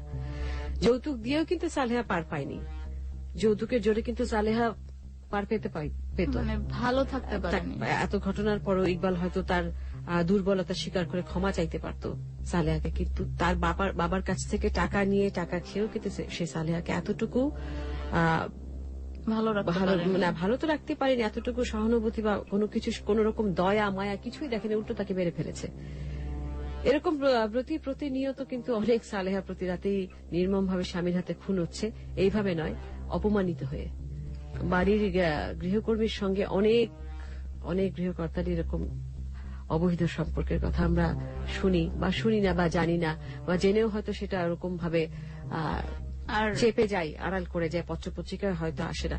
সবাই হয়তো খুন হয় না, শারীরিক ভাবে হয়তো খুন হয় না বা তার প্রাণ চলে যায় না, কিন্তু মনটা মরে যায়, তার মনটাকে হত্যা করা হয়। আর অনেকেই আছে যারা এই যে এভাবে প্রতিনিয়ত অপমানিত হচ্ছেন স্বামীর কাছে, কিন্তু স্বামীর সম্মানটা মানে সমাজের কাছে তুলে রাখার জন্য কারো কাছে মুখ ফুটে বলছেন না পর্যন্ত। অনেকে আছে প্রতিবাদ করতে গেলে হয়তো অনেকেই সালেহার মতন প্রাণ দিতে হবে, বা অনেকে হয়তো ঘর ছাড়তে হবে, কারণ আমরা বাঙালি সমাজে আমরা যে সমাজে বাস করি, আমাদের সামাজিক যে কাঠামো, বিয়ের আগেই মেয়েকে বলা হয় যে শ্বশুরবাড়ি যাচ্ছ, নিজের পছন্দে বিয়ে করেছো, কখনো বাড়িতে এসে কোনো ধরনের কোনো অভিযোগ করতে পারবে না, যেভাবে হোক তোমাকে মানিয়ে চলতে হবে। এই কথার কারণেই কিন্তু অনেক মেয়ে অনেক কথা, অনেক কষ্ট, অনেক কিছু চেপে যায়, এমনও হয় যে চাপতে গিয়ে তাকে প্রাণও দিতে হয়। আজকে যে ঘটনা আমরা শুনলাম, আমাদের পুরো ঘটনা শোনা হয়ে গেছে, আজকে আমাদের কাহিনী এখানেই শেষ। কিন্তু এখানে শেষ হলেও কাহিনী কিন্তু একটা কাহিনী শেষ, এরকম অজস্র কাহিনী আনাচে কানাচে ঘটে গেছে। কিন্তু এই সালেহার হত্যাকাণ্ডের ঘটনা এত বেশি আলোড়ন সৃষ্টি করেছিল যে সে সময়, যার কারণে আমি যেই পুঁথিটা প্রথমে এটা একটি গ্রামের একজন মহিলা, তার কণ্ঠে আমি খুব অবাক হয়ে গেছি। যে কারণে হোক তার সঙ্গে আমার একটা কন্ট্যাক্ট হয়েছে বা যোগাযোগ হয়েছে, এবং আমি এই ঘটনাটা আলাপ করছিলাম, আমার পাশে সে বসেছিল, অফিসে নানার সময় আমাকে আলাপ করতেছে যে পরবর্তীতে আমরা এই কাহিনী নিয়ে বা এই ঘটনা নিয়ে কুয়াশা আয়োজন করছে। হঠাৎ যে সুর করে পুরো ঘটনা প্রথম থেকে আমি বুঝতে পারিনি, পরে বুঝলাম যে সে এই ঘটনাটি বলছে। তার বয়স এখন প্রায় 60-এর কাছাকাছি। তাকে আমি জিজ্ঞেস করলাম যে আপনি এই কাহিনী কোথায় শুনলেন? বলে হ্যাঁ আমি শুনছি তো আমাদের দেশের বাড়ি থেকে। তার বাড়ি হচ্ছে টাঙ্গাইলের গোপালপুরে। সেই সময় এই গ্রামে গঞ্জে আসলে গ্রামে গঞ্জে মানে চিঠিপত্র বলবো না, খবরের কাগজ এগুলো তো পৌঁছায় না। আর প্রযুক্তি এখন হয়তো কিছুটা উন্নতি হয়েছে, কিন্তু গ্রামে গঞ্জের অবস্থা কিন্তু এখনো সেই রকমই রয়ে গেছে। এখনো এই বড় বড় হত্যাকাণ্ডের ঘটনা বা কোনো আলোড়ন সৃষ্টিকারী ঘটনা যখন ঘটে দেশে, মানুষের মুখে, ওখানে যারা গ্রামে যে সমস্ত কবি আছে বা যারা এরকম লেখেন, তারা ছন্দে বা সুর করে করে এগুলো বই বিক্রি হয়, 2 টাকা 3 টাকা করে পাওয়া যায়। তো সেই কাহিনীগুলি এরা যারা পুঁথি পাঠ করেন, এরা বড় বড় আসরে তাদেরকে বায়না করে নিয়ে যাওয়া হয়, তারা সেখানে বসে পুঁথি পাঠ করেন এবং সারা গ্রামের সেই অঞ্চলের, এবং দেখা যায় 1, 2, 3, 4 আশেপাশে যত গ্রাম আছে সব গ্রামের লোক একসঙ্গে জড়ো হয়ে বসে সেসব শুনে, এইভাবেই কিন্তু ঘটনাগুলো তারা জানতে পারে। পত্রিকার মাধ্যমে কিন্তু খুব একটা জানতে পারে না সবাই। সে সময়ের কথা এখনো জানে না, এখনো তারা এভাবেই জানে। আর তখন যেটা বললাম, প্রযুক্তি এত উন্নতি ছিল না, কারণ আর সবচেয়ে বড় কথা গণমাধ্যমগুলো তখন এত সোচ্চারও ছিল না, আর এত গণমাধ্যমের এত প্রচারও ছিল না, এত ছিলই তো না। হ্যাঁ, এত বেশি মাধ্যম ছিল না, সবচেয়ে বড় কথা শুধু একটা চ্যানেল ছিল, সেটা হচ্ছে বাংলাদেশ বিটিভি, সেটাও সবার দেখা। আর সেটা অ্যাক্সেস ছিল না, ছিল হচ্ছে রেডিওর, কিন্তু রেডিও তো এভাবে ইনভেস্টিগেটিভ রিপোর্ট করতো না। আর এখন যেরকম অপরাচিত্র বা আলাদা করে বলা হয়, এরকম একজন আমরা দেখি আউটডোর ব্রডকাস্টার বা রিপোর্টার বাইরে গিয়ে যেভাবে বলে, সেই ঘটনা, সেই যেখানে ঘটনাটা ঘটে সেখানে দাঁড়িয়েই বলতে থাকে কোথায় কি ঘটেছে, জায়গাগুলো দেখে। তো এখন সেই কারণে অনেকের বাড়িতে গ্রামেগঞ্জে এখন টিভি আছে, তারা দেখতে পায়। তখন সেটা ছিল না, তখন একেবারে এইভাবেই কিন্তু তাদের কাছে জিনিসগুলো পৌঁছতো। এবং কি পরিমাণ সারা জাগিয়েছিল যে এই একটা ঘটনা জীবন দিয়ে কতগুলো মানুষের জীবন নিশ্চিত করে গেল, যৌতুক বিরোধী আইনটা যেটা হলো। কিন্তু তারপরে আইন হয়েছে ঠিকই, কিন্তু আইনের প্রয়োগ কতটুকু সেটা আমাদেরকে দেখতে হবে, সেটা খুব একটা হয়নি। হ্যাঁ, আরো একটা জিনিস আমার মানে এই ঘটনায় যেটা চোখে পড়লো কিংবা মনে হলো যে গৃহকর্মী আমাদের বাসায় কাজে সহায়তা করার জন্য আমরা নিয়ে আসি ছোট ছোট মানুষগুলোকে, এবং সেই মানুষগুলোর নিরাপত্তাও কিন্তু কি পরিমাণ, আমরা কতটুকু নিরাপত্তা দিতে পারি তাদেরকে, যে একটা মাইনর মেয়ে, হ্যাঁ অপ্রাপ্ত বয়স্ক, সেই বয়সেই তাকে তার কুমারিত্ব বিসর্জন দিতে হয়েছে বাড়ির গৃহকর্তার কাছে, এবং গৃহকর্তা কতটা শিক্ষিত, একজন ডাক্তার। হ্যাঁ, এটাই হচ্ছে মানে সমাজের কোন স্তরের মানুষ, এবং তার চিন্তা ভাবনা এমন তো না যে অশিক্ষিত, সে পড়াশোনা জানে না। অনেক সময় বলা হয়, অনেকে বলা হয় যে মেয়েটা ভালো ছিল না, তার তো কিছু করার নেই, সেই হচ্ছে ভিকটিম। সে এত বেশি সেখানে সে সবচেয়ে বড় শিকার, কারণ তার হচ্ছে তার দুর্বলতা, তাকে কাজ করতে হবে তাকে। আর তার কথার সবচেয়ে বড় কথা হচ্ছে যে সালেহা হাতে নাতে ধরে ফেলেছিল, সালেহা প্রতিবাদ করেছিল। অনেক সময় দেখা যায় উল্টোটা হয়, যে কাজের মেয়েকে দোষারোপ করা হয়, যে সেই খারাপ তাকে বের করে, যত কিছু সবকিছু, কারণ সে তো তার সংসারও ছাড়বে না, স্বামীও ছাড়বে না। তা আমার মনে হয় যে আমরা কিছু খুদে বার্তা পরে একটা ছোট্ট বিরতি নিয়ে ফিরে এসে আমরা এটা নিয়ে আরো একটু বিশদ আলোচনা করবো, কারণ এই ঘটনাটা সম্পর্কে আরো কিছু কথা বলবার আছে, সেগুলো একটু জানাতে চাই সবাই। আচ্ছা, ক্রিমসন লাভ একদম অবাক হয়ে গিয়েছে বলছে বাবারে মোহাম্মদ মিনহাজ। এটা কোনো গল্প না বন্ধু, এটা একটা সত্য ঘটনা। আর মিলন কুমার দীপ আমাদের মতোই বলছিল যে এখনো অনেক বাড়িতেই বাড়িওয়ালা ছেলে তাদের কাজের মেয়েকে এভাবে নির্যাতন করে। আর মুশতাক আহমেদ একটা কথা বলেছে, মানুষকে মানুষ করতে প্রয়োজন পশুর। আর সবচেয়ে আশ্চর্যের বিষয় হচ্ছে আমাদের দেশে ধর্ষণের ভিকটিমের পরীক্ষা করে হচ্ছে পুরুষ ডাক্তার। এই ক্ষেত্রেও কিছুটা বলার আছে। এই ক্ষেত্রেও কিন্তু অনেক সময় দেখা যায় যে ভিকটিম সে কিন্তু খুব একটা স্বস্তি বোধ করে না, যে একটা এত বড় ট্রমা থেকে সে বেরোয়, আরেকটা পুরুষ মানুষ ঠিক যেইভাবে খুবই স্পর্শকাতর জায়গায় তাকে আবারও পরীক্ষা করা হচ্ছে, সেটা কিন্তু নিতে পারাটা একটা ভীতিকর তো বটেই, শারীরিক যন্ত্রণাও বটে। আইনেরও কিন্তু আইনও কিন্তু বর্ধিত হতে পারে, আইনও কিন্তু বর্ধিত করা যায়। এবং আমাদের দেশে তো আসলে নারী চিকিৎসক এখন প্রচুর, মানে মেয়েরা পড়ছে, পড়াশোনা করছে এবং পড়াশোনা করে বের হচ্ছে, তো তাদেরকে কি এই কাজে নিয়োজিত করা যায় না? নিশ্চয় করা যায়।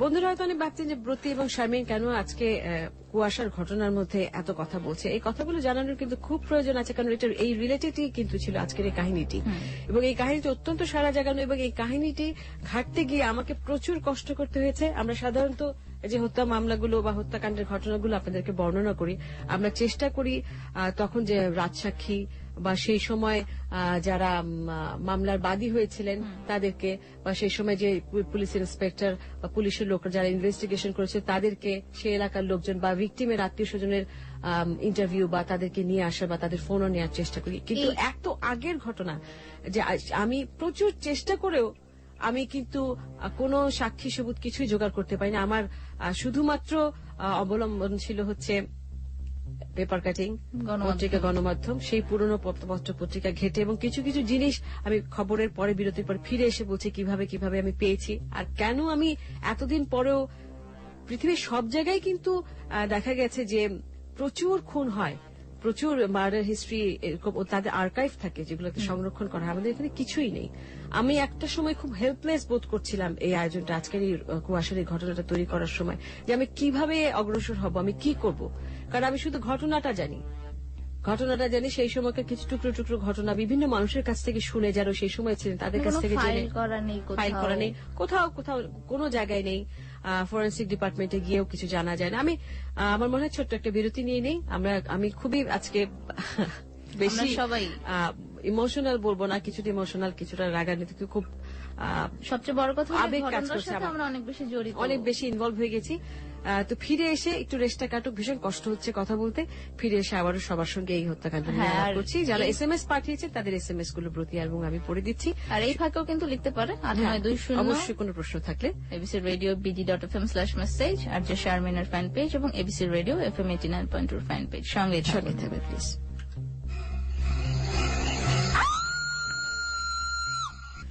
আরো একবার স্বাগত সবাইকে কুয়াশা, এবং সঙ্গে আছে আমি শারমিনের সঙ্গে আছে ব্রতী। শুনছিলেন রেডিও 89.2। আজকে আমাদের কুয়াশার যে ঘটনা আমরা এতক্ষণ শুনলাম সেটা ছিল সালেহা হত্যা মামলা, 1978 সালের অত্যন্ত চাঞ্চল্যকর একটি হত্যা মামলা বাংলাদেশের। এবং এই হত্যাকাণ্ডের ঘটনা বর্ণনা করতে গিয়ে আমরা কিছু নাটকের দৃশ্য শুনেছি। নাটকের দৃশ্য মানে কি, আমরা নাটকের দৃশ্য তো রেডিওতে দেখানো যায় না, বর্ণনা করা যায় বা শোনানো যায়। এবং সেই সালেহার ভূমিকা এবং বিভিন্ন যে চরিত্রগুলো ছিল সেই চরিত্রতে যারা কুয়াশা টিমে যারা কাজ করেছেন তাদের নামগুলো বলে দিচ্ছি। সালেহার মা ছিলেন সাকি, সালেহার বাবা ছিলেন মেহবুব আলম বর্ণ, সালেহার ভাই ছিলেন খালিদ এবং শাকিল, ইকবালের চরিত্রে অভিনয় করেছেন নাহিদ নেওয়াজ, সালেহার চরিত্রে অভিনয় করেছেন সিফাত, ইকবালের মায়ের চরিত্রে অভিনয় করেছেন সাফরিন, প্রথম পুলিশের অভিনয় করেছেন না কামরুল হাসান, তিনজন পুলিশ এখানে অভিনয় করেছেন। আমাদের সামনের মঞ্জু ভাই আছেন, লোমান ভাই আছেন, ডাক্তারের ভূমিকা অভিনয় করেছেন কামরুল অভিনয় করেছেন। পুলিশের ভূমিকায় কামরুল ছিলেন না, সেখানে ছিলেন মঞ্জু এবং লোমান দুজন। তো এই ছিল মোটামুটি আমাদের যারা চরিত্র অভিনয় করেছেন। এবং আপনারা যারা মানে অকণ্ঠ প্রশংসা করছেন আমাদের সাউন্ডের আমাদের শব্দ বিভাগের খালিদ, আমাদের সাউন্ড এডিটর, তিনি সাউন্ডের যত এবং সাউন্ডের শুধু তারা না, আমাদের এবিসি রেডিওর প্রোগ্রাম ডিপার্টমেন্টে যারা আছেন সবাই এই সাউন্ড ট্র্যাক যেগুলো বা মিউজিক ট্র্যাক যেগুলো স্কোর যেগুলো শুনেছেন তাদেরও অবদান আছে। মোটামুটি কুয়াশা টিমের বা কুয়াশা পরিবারের সদস্য এবিসি রেডিওর প্রত্যেকেই বলা যেতে পারে, সবারই অবদান আছে। প্রচুর কথাবার্তা, আমি একটু কথাবার্তাগুলো উত্তর দিয়ে দিই। প্রথমেই পিউ বলছে হলি ক্রস কলেজ থেকে যে আমি বিয়ে করলে বাসায় কাজ করার জন্য কাউকে রাখবো না, নিজের কাজ নিজেই করবো। হ্যাঁ, এটা থেকে একটা শিক্ষণীয় বিষয় হচ্ছে যে এই জিনিসটা যদি থাকে এটা একদিক থেকে ভালো, অন্যদিক থেকে খারাপও। যে বাড়ির পরিবেশ সেরকম হবেই বা কেন যে কাজের মেয়েকে আমরা বিশ্রাম করতে দিব না বা তার প্রতি অযাচিত অত্যাচার বা এরকম কিছুটা নেমে আসবে, সেটা সঠিক নয়। আর সবচেয়ে বড় কথা, নিজের কাজ নিজে করাই ভালো। পৃথিবীর সব দেশেই কিন্তু কাজের লোক নেই, নিজের কাজ নিজেই করে। সেটা তো বটেই। তারপরও যদি পরিস্থিতির কারণে আমাদের কখনো কোনো সাহায্যকারী হাত দরকার পড়ে, তার যথাযথ নিরাপত্তা যেন আমরা নিশ্চিত করি। অবশ্যই। বলছে নসীন বলছে এরকম ঘটনা কখনো শুনিনি, আজকে শুনে সে রীতিমতো মানে শিউরে উঠেছে। এবং আমি যেটা বলছিলাম যে ঘটনাটা নিয়ে আমি যখন স্টাডি করতে যাই, যখন ঘটনাটা নিয়ে বসি, তখন আমি ভাবছিলাম যে কোথা থেকে শুরু করবো। যেই আচ্ছা, ঘটনাটা যে মূল যে বিষয়টা আমাকে খুব বেশি নাড়া দিয়েছে সেটা হচ্ছে যে আজকের কুয়াশার গল্পে 3টি খুব গুরুতর অপরাধ হয়েছে। প্রথম কথা হচ্ছে যে আমরা সবাই বলছি যে সালেহ হত্যাকাণ্ড বা সালেহ হত্যা মামলার কাহিনী আমরা শুনছি। এখানে শুধু হত্যা বলে না, 3টা খুব বড় রকমের অপরাধ হয়েছে আজকের এই ঘটনার মধ্যে। সে প্রথমটা হচ্ছে যৌতুক নেওয়া। প্রচুর যৌতুক নিয়েছিল ডক্টর ইকবাল সালেহাকে বিয়ে করবার জন্য। দ্বিতীয় অপরাধ হচ্ছে নাবালিকা ধর্ষণ। কাজের মেয়ে মনোয়ারা, যার মাত্র 14-15 বছর বয়স, তাকে শারীরিক সম্পর্কে জোর করে বাধ্য করা হয়েছে শারীরিক সম্পর্ক করতে ডক্টর ইকবাল। আর 3 নম্বর হচ্ছে হত্যাকাণ্ড, সালেহাকে হত্যা করা হয়েছিল। এবং ডক্টর ইকবাল 3টা অপরাধ করেছেন একসঙ্গে। 3টা অপরাধের তার যে অপরাধ হয়েছিল, তাকে যে শাস্তি দেওয়া হয়েছে সেটা হচ্ছে ফাঁসি। শুধু ফাঁসি দিলে আমার মনে হয় এটা বোধহয় আরো বেশি কিছু যদি দেওয়া যায় সেটাই করা উচিত ছিল। তারপরে তো 3 জন বিচারকের 2 জন হচ্ছে ফাঁসি রায় দিয়েছিলেন 10 বছরের, যার ফলে আর যেটা অনেকেই আজকে শুনেছেন, আমি আমার নিজেরও জানা ছিল না যে সে সময় মার্শালও ছিল, কোর্ট মার্শালের সময় কোর্টে যে মানে মামলাটা হয় সেটা খুব দ্রুত নিষ্পত্তি, এটা টাইম বেঁধে দেওয়া হয় নির্দিষ্ট সময়ের মধ্যে শেষ করতে, যার ফলে খুব তাড়াতাড়ি সে মামলাটা মানে 78 সালে খুন করেছিল, 80 সালে মৃত্যুদণ্ড কার্যকর করা হয়।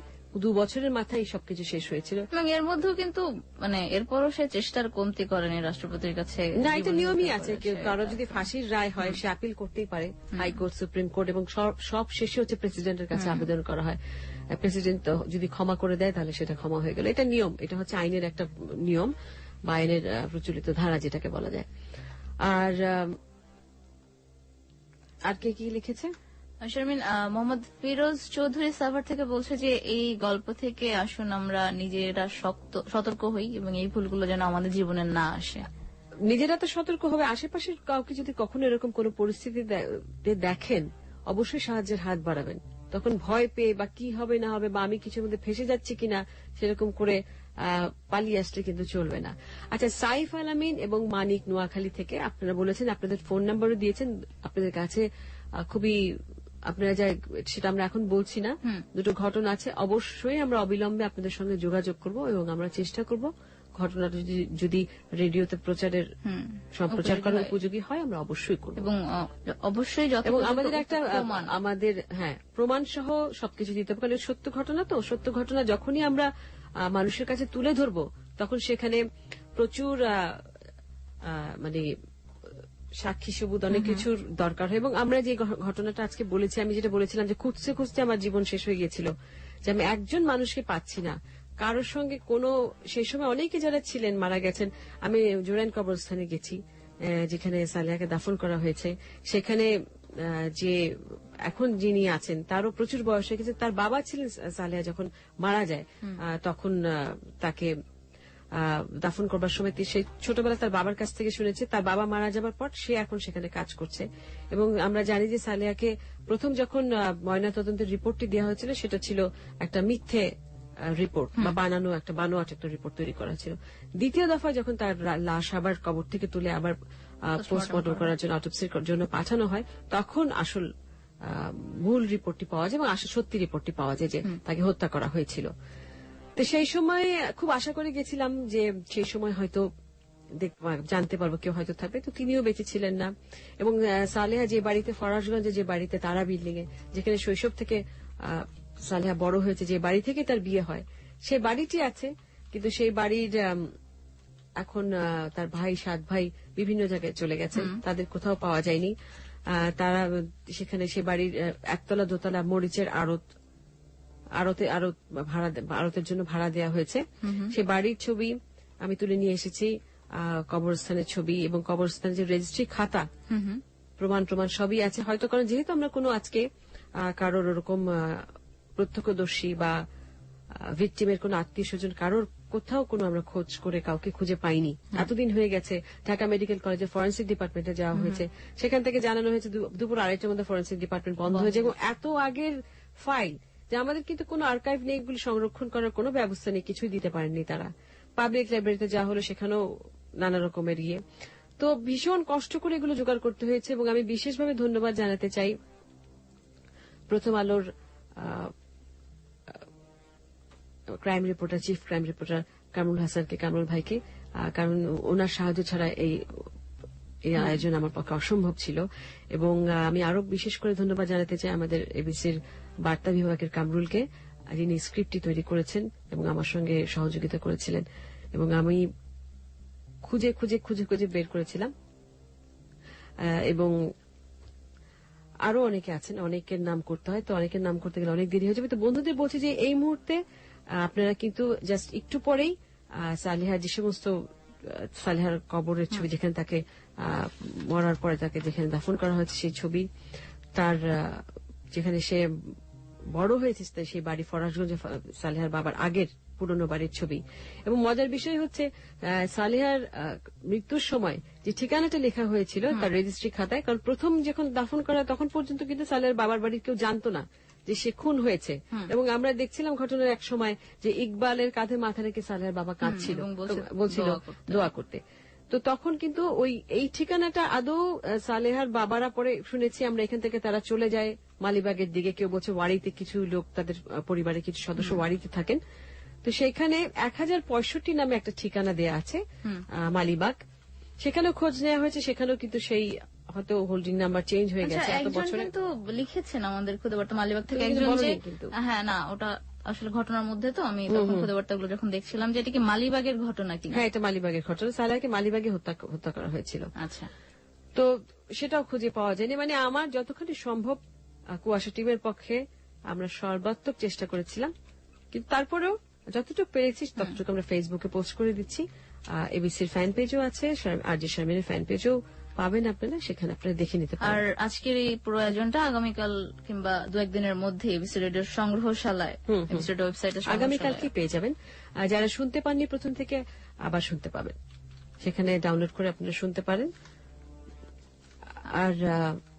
আর কোন SMS আছে বা কোনো কিছু লিখে আছে? হ্যাঁ, একটু পরে আমরা। আনোয়ার লিখেছে মাতোয়াইল থেকে, ইকবালের মতো এমন পুরুষের জন্য আজ পুরো পুরুষ সমাজ লজ্জিত বোধ করছে। আর শুধু লজ্জিত বোধ করলেই হবে না, নিজেকে সংশোধনও করতে হবে। যাদের মধ্যে ছিটেফোঁটো এই ধরনের মানসিকতা আছে সেটা পাল্টে ফেলতে হবে। তারপরে এই মুহূর্তে আচ্ছা জানতে চাই এক বন্ধু, মনোয়ারা কি এখনো জীবিত আছে কিনা? আমি বললাম তো আমরা কাউকে সে সময়কার এত বছর আগের ঘটনা, 35 বছর আগের ঘটনা, সালেহার বাবা মা বেঁচে নেই। মনোয়ারার বয়স বেঁচে থাকলে, যদি বেঁচেও থাকে, কোথায় আছে আমরা জানি না, কারণ এরকম একটা জঘন্য ঘটনা ঘটনার পর নিশ্চয়ই সে আর অনেক লোকচক্ষুর আড়ালে চলে গেছে। আর তখন তার 14-15 বছর বয়স হলে 35 বছর পর থেকে এখন তার বয়স হবে কত, 60 বছর, তাই তো নাকি? হ্যাঁ, এরকম 60-এর কাছাকাছি। তো এখন সে বৃদ্ধই বলা যেতে পারে।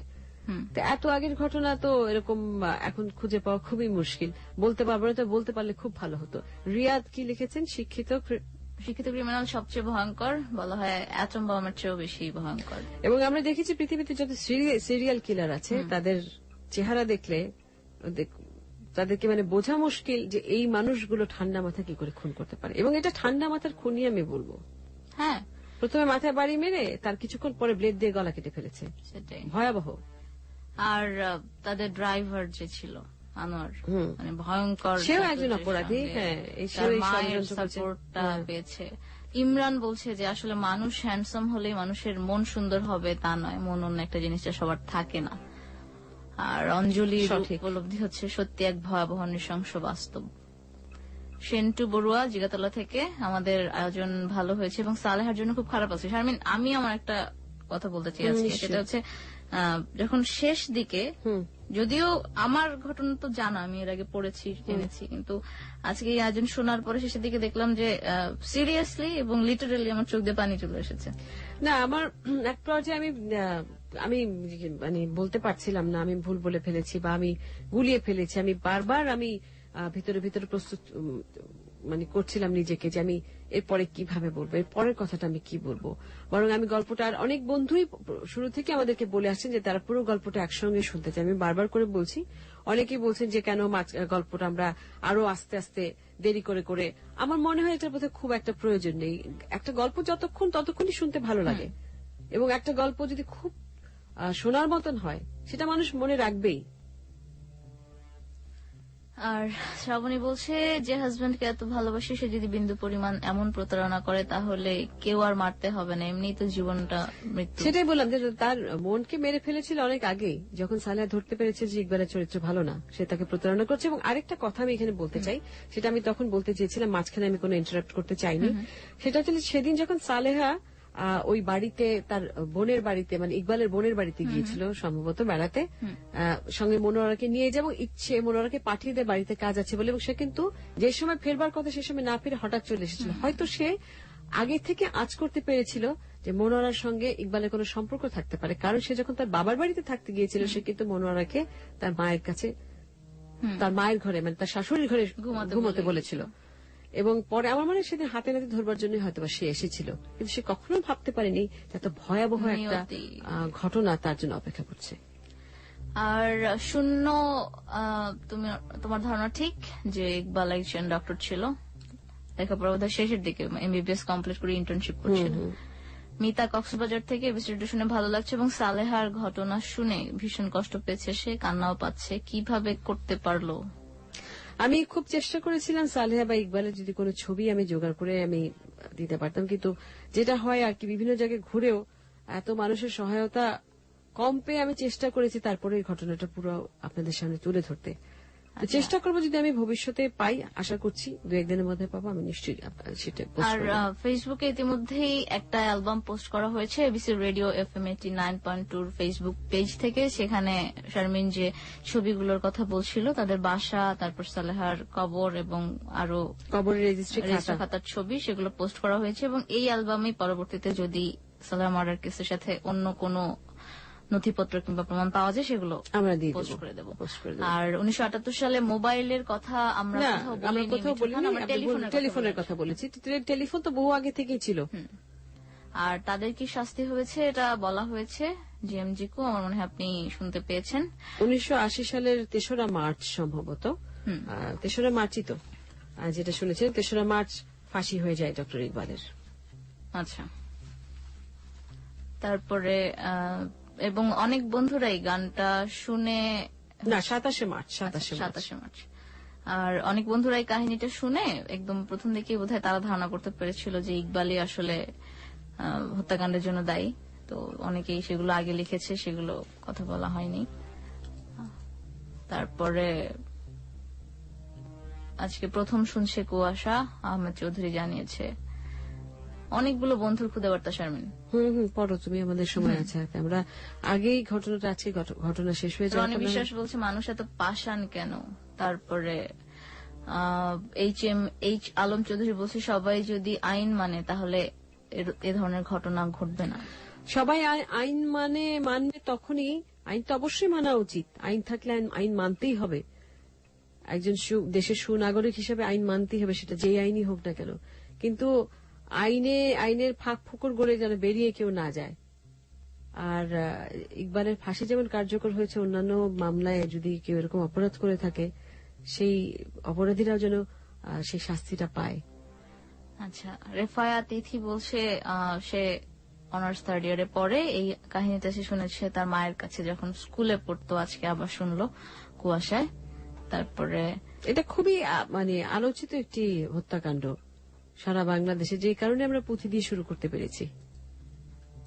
তারপরে আমাদের সঙ্গে আছে aunt Shelley.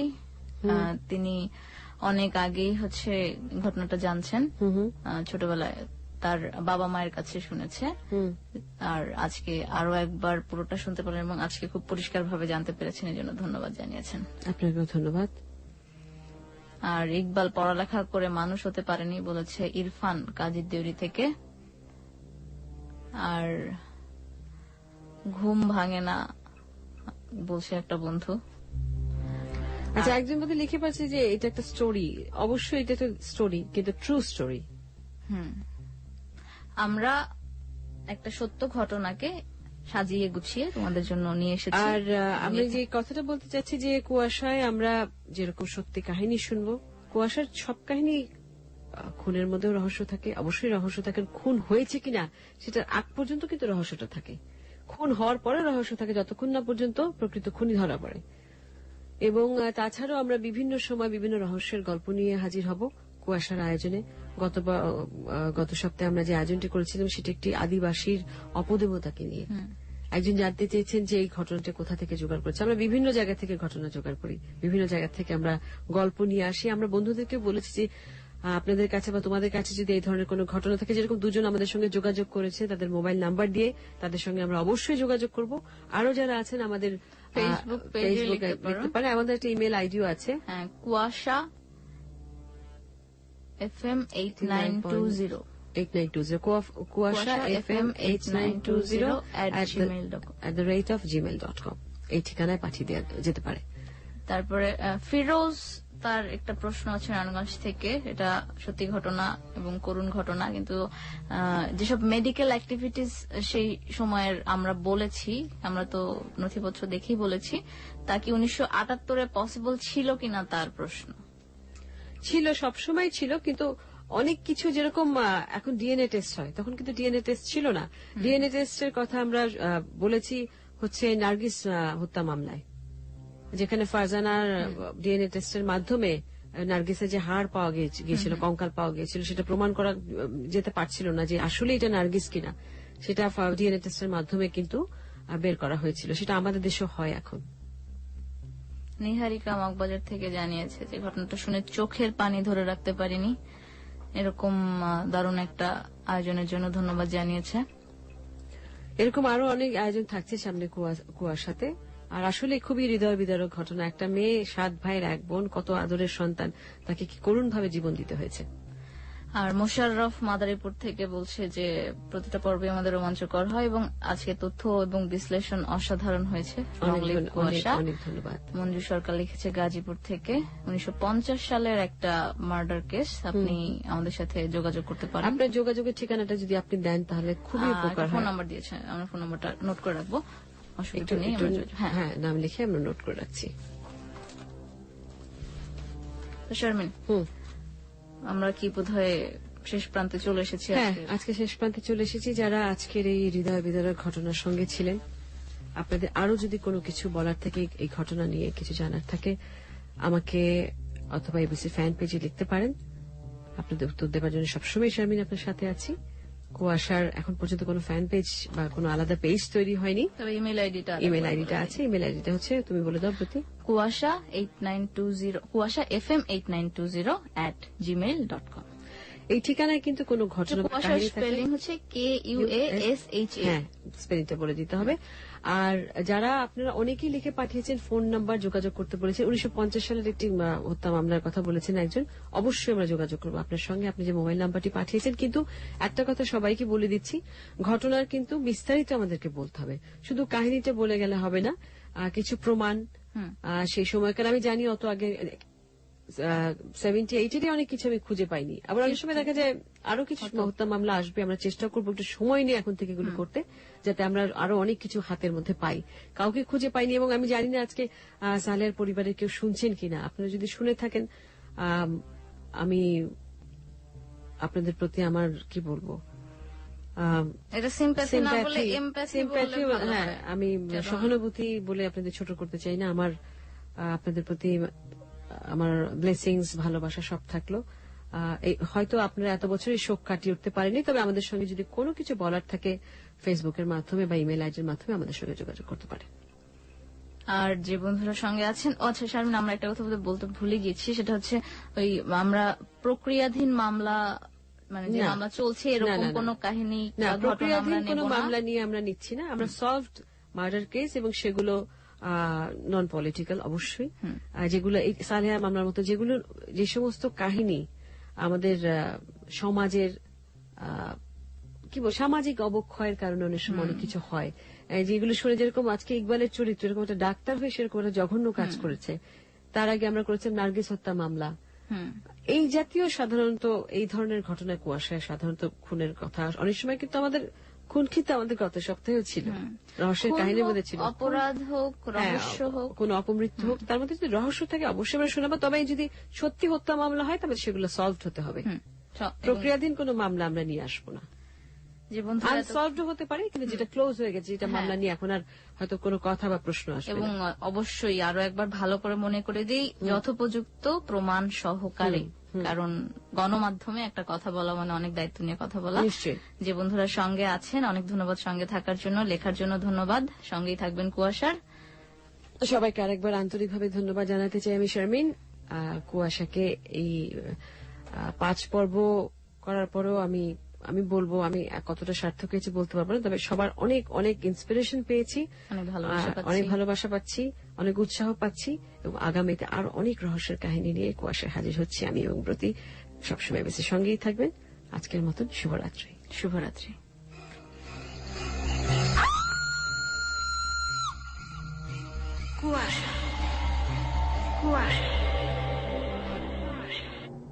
This track was downloaded from FusionBD.com.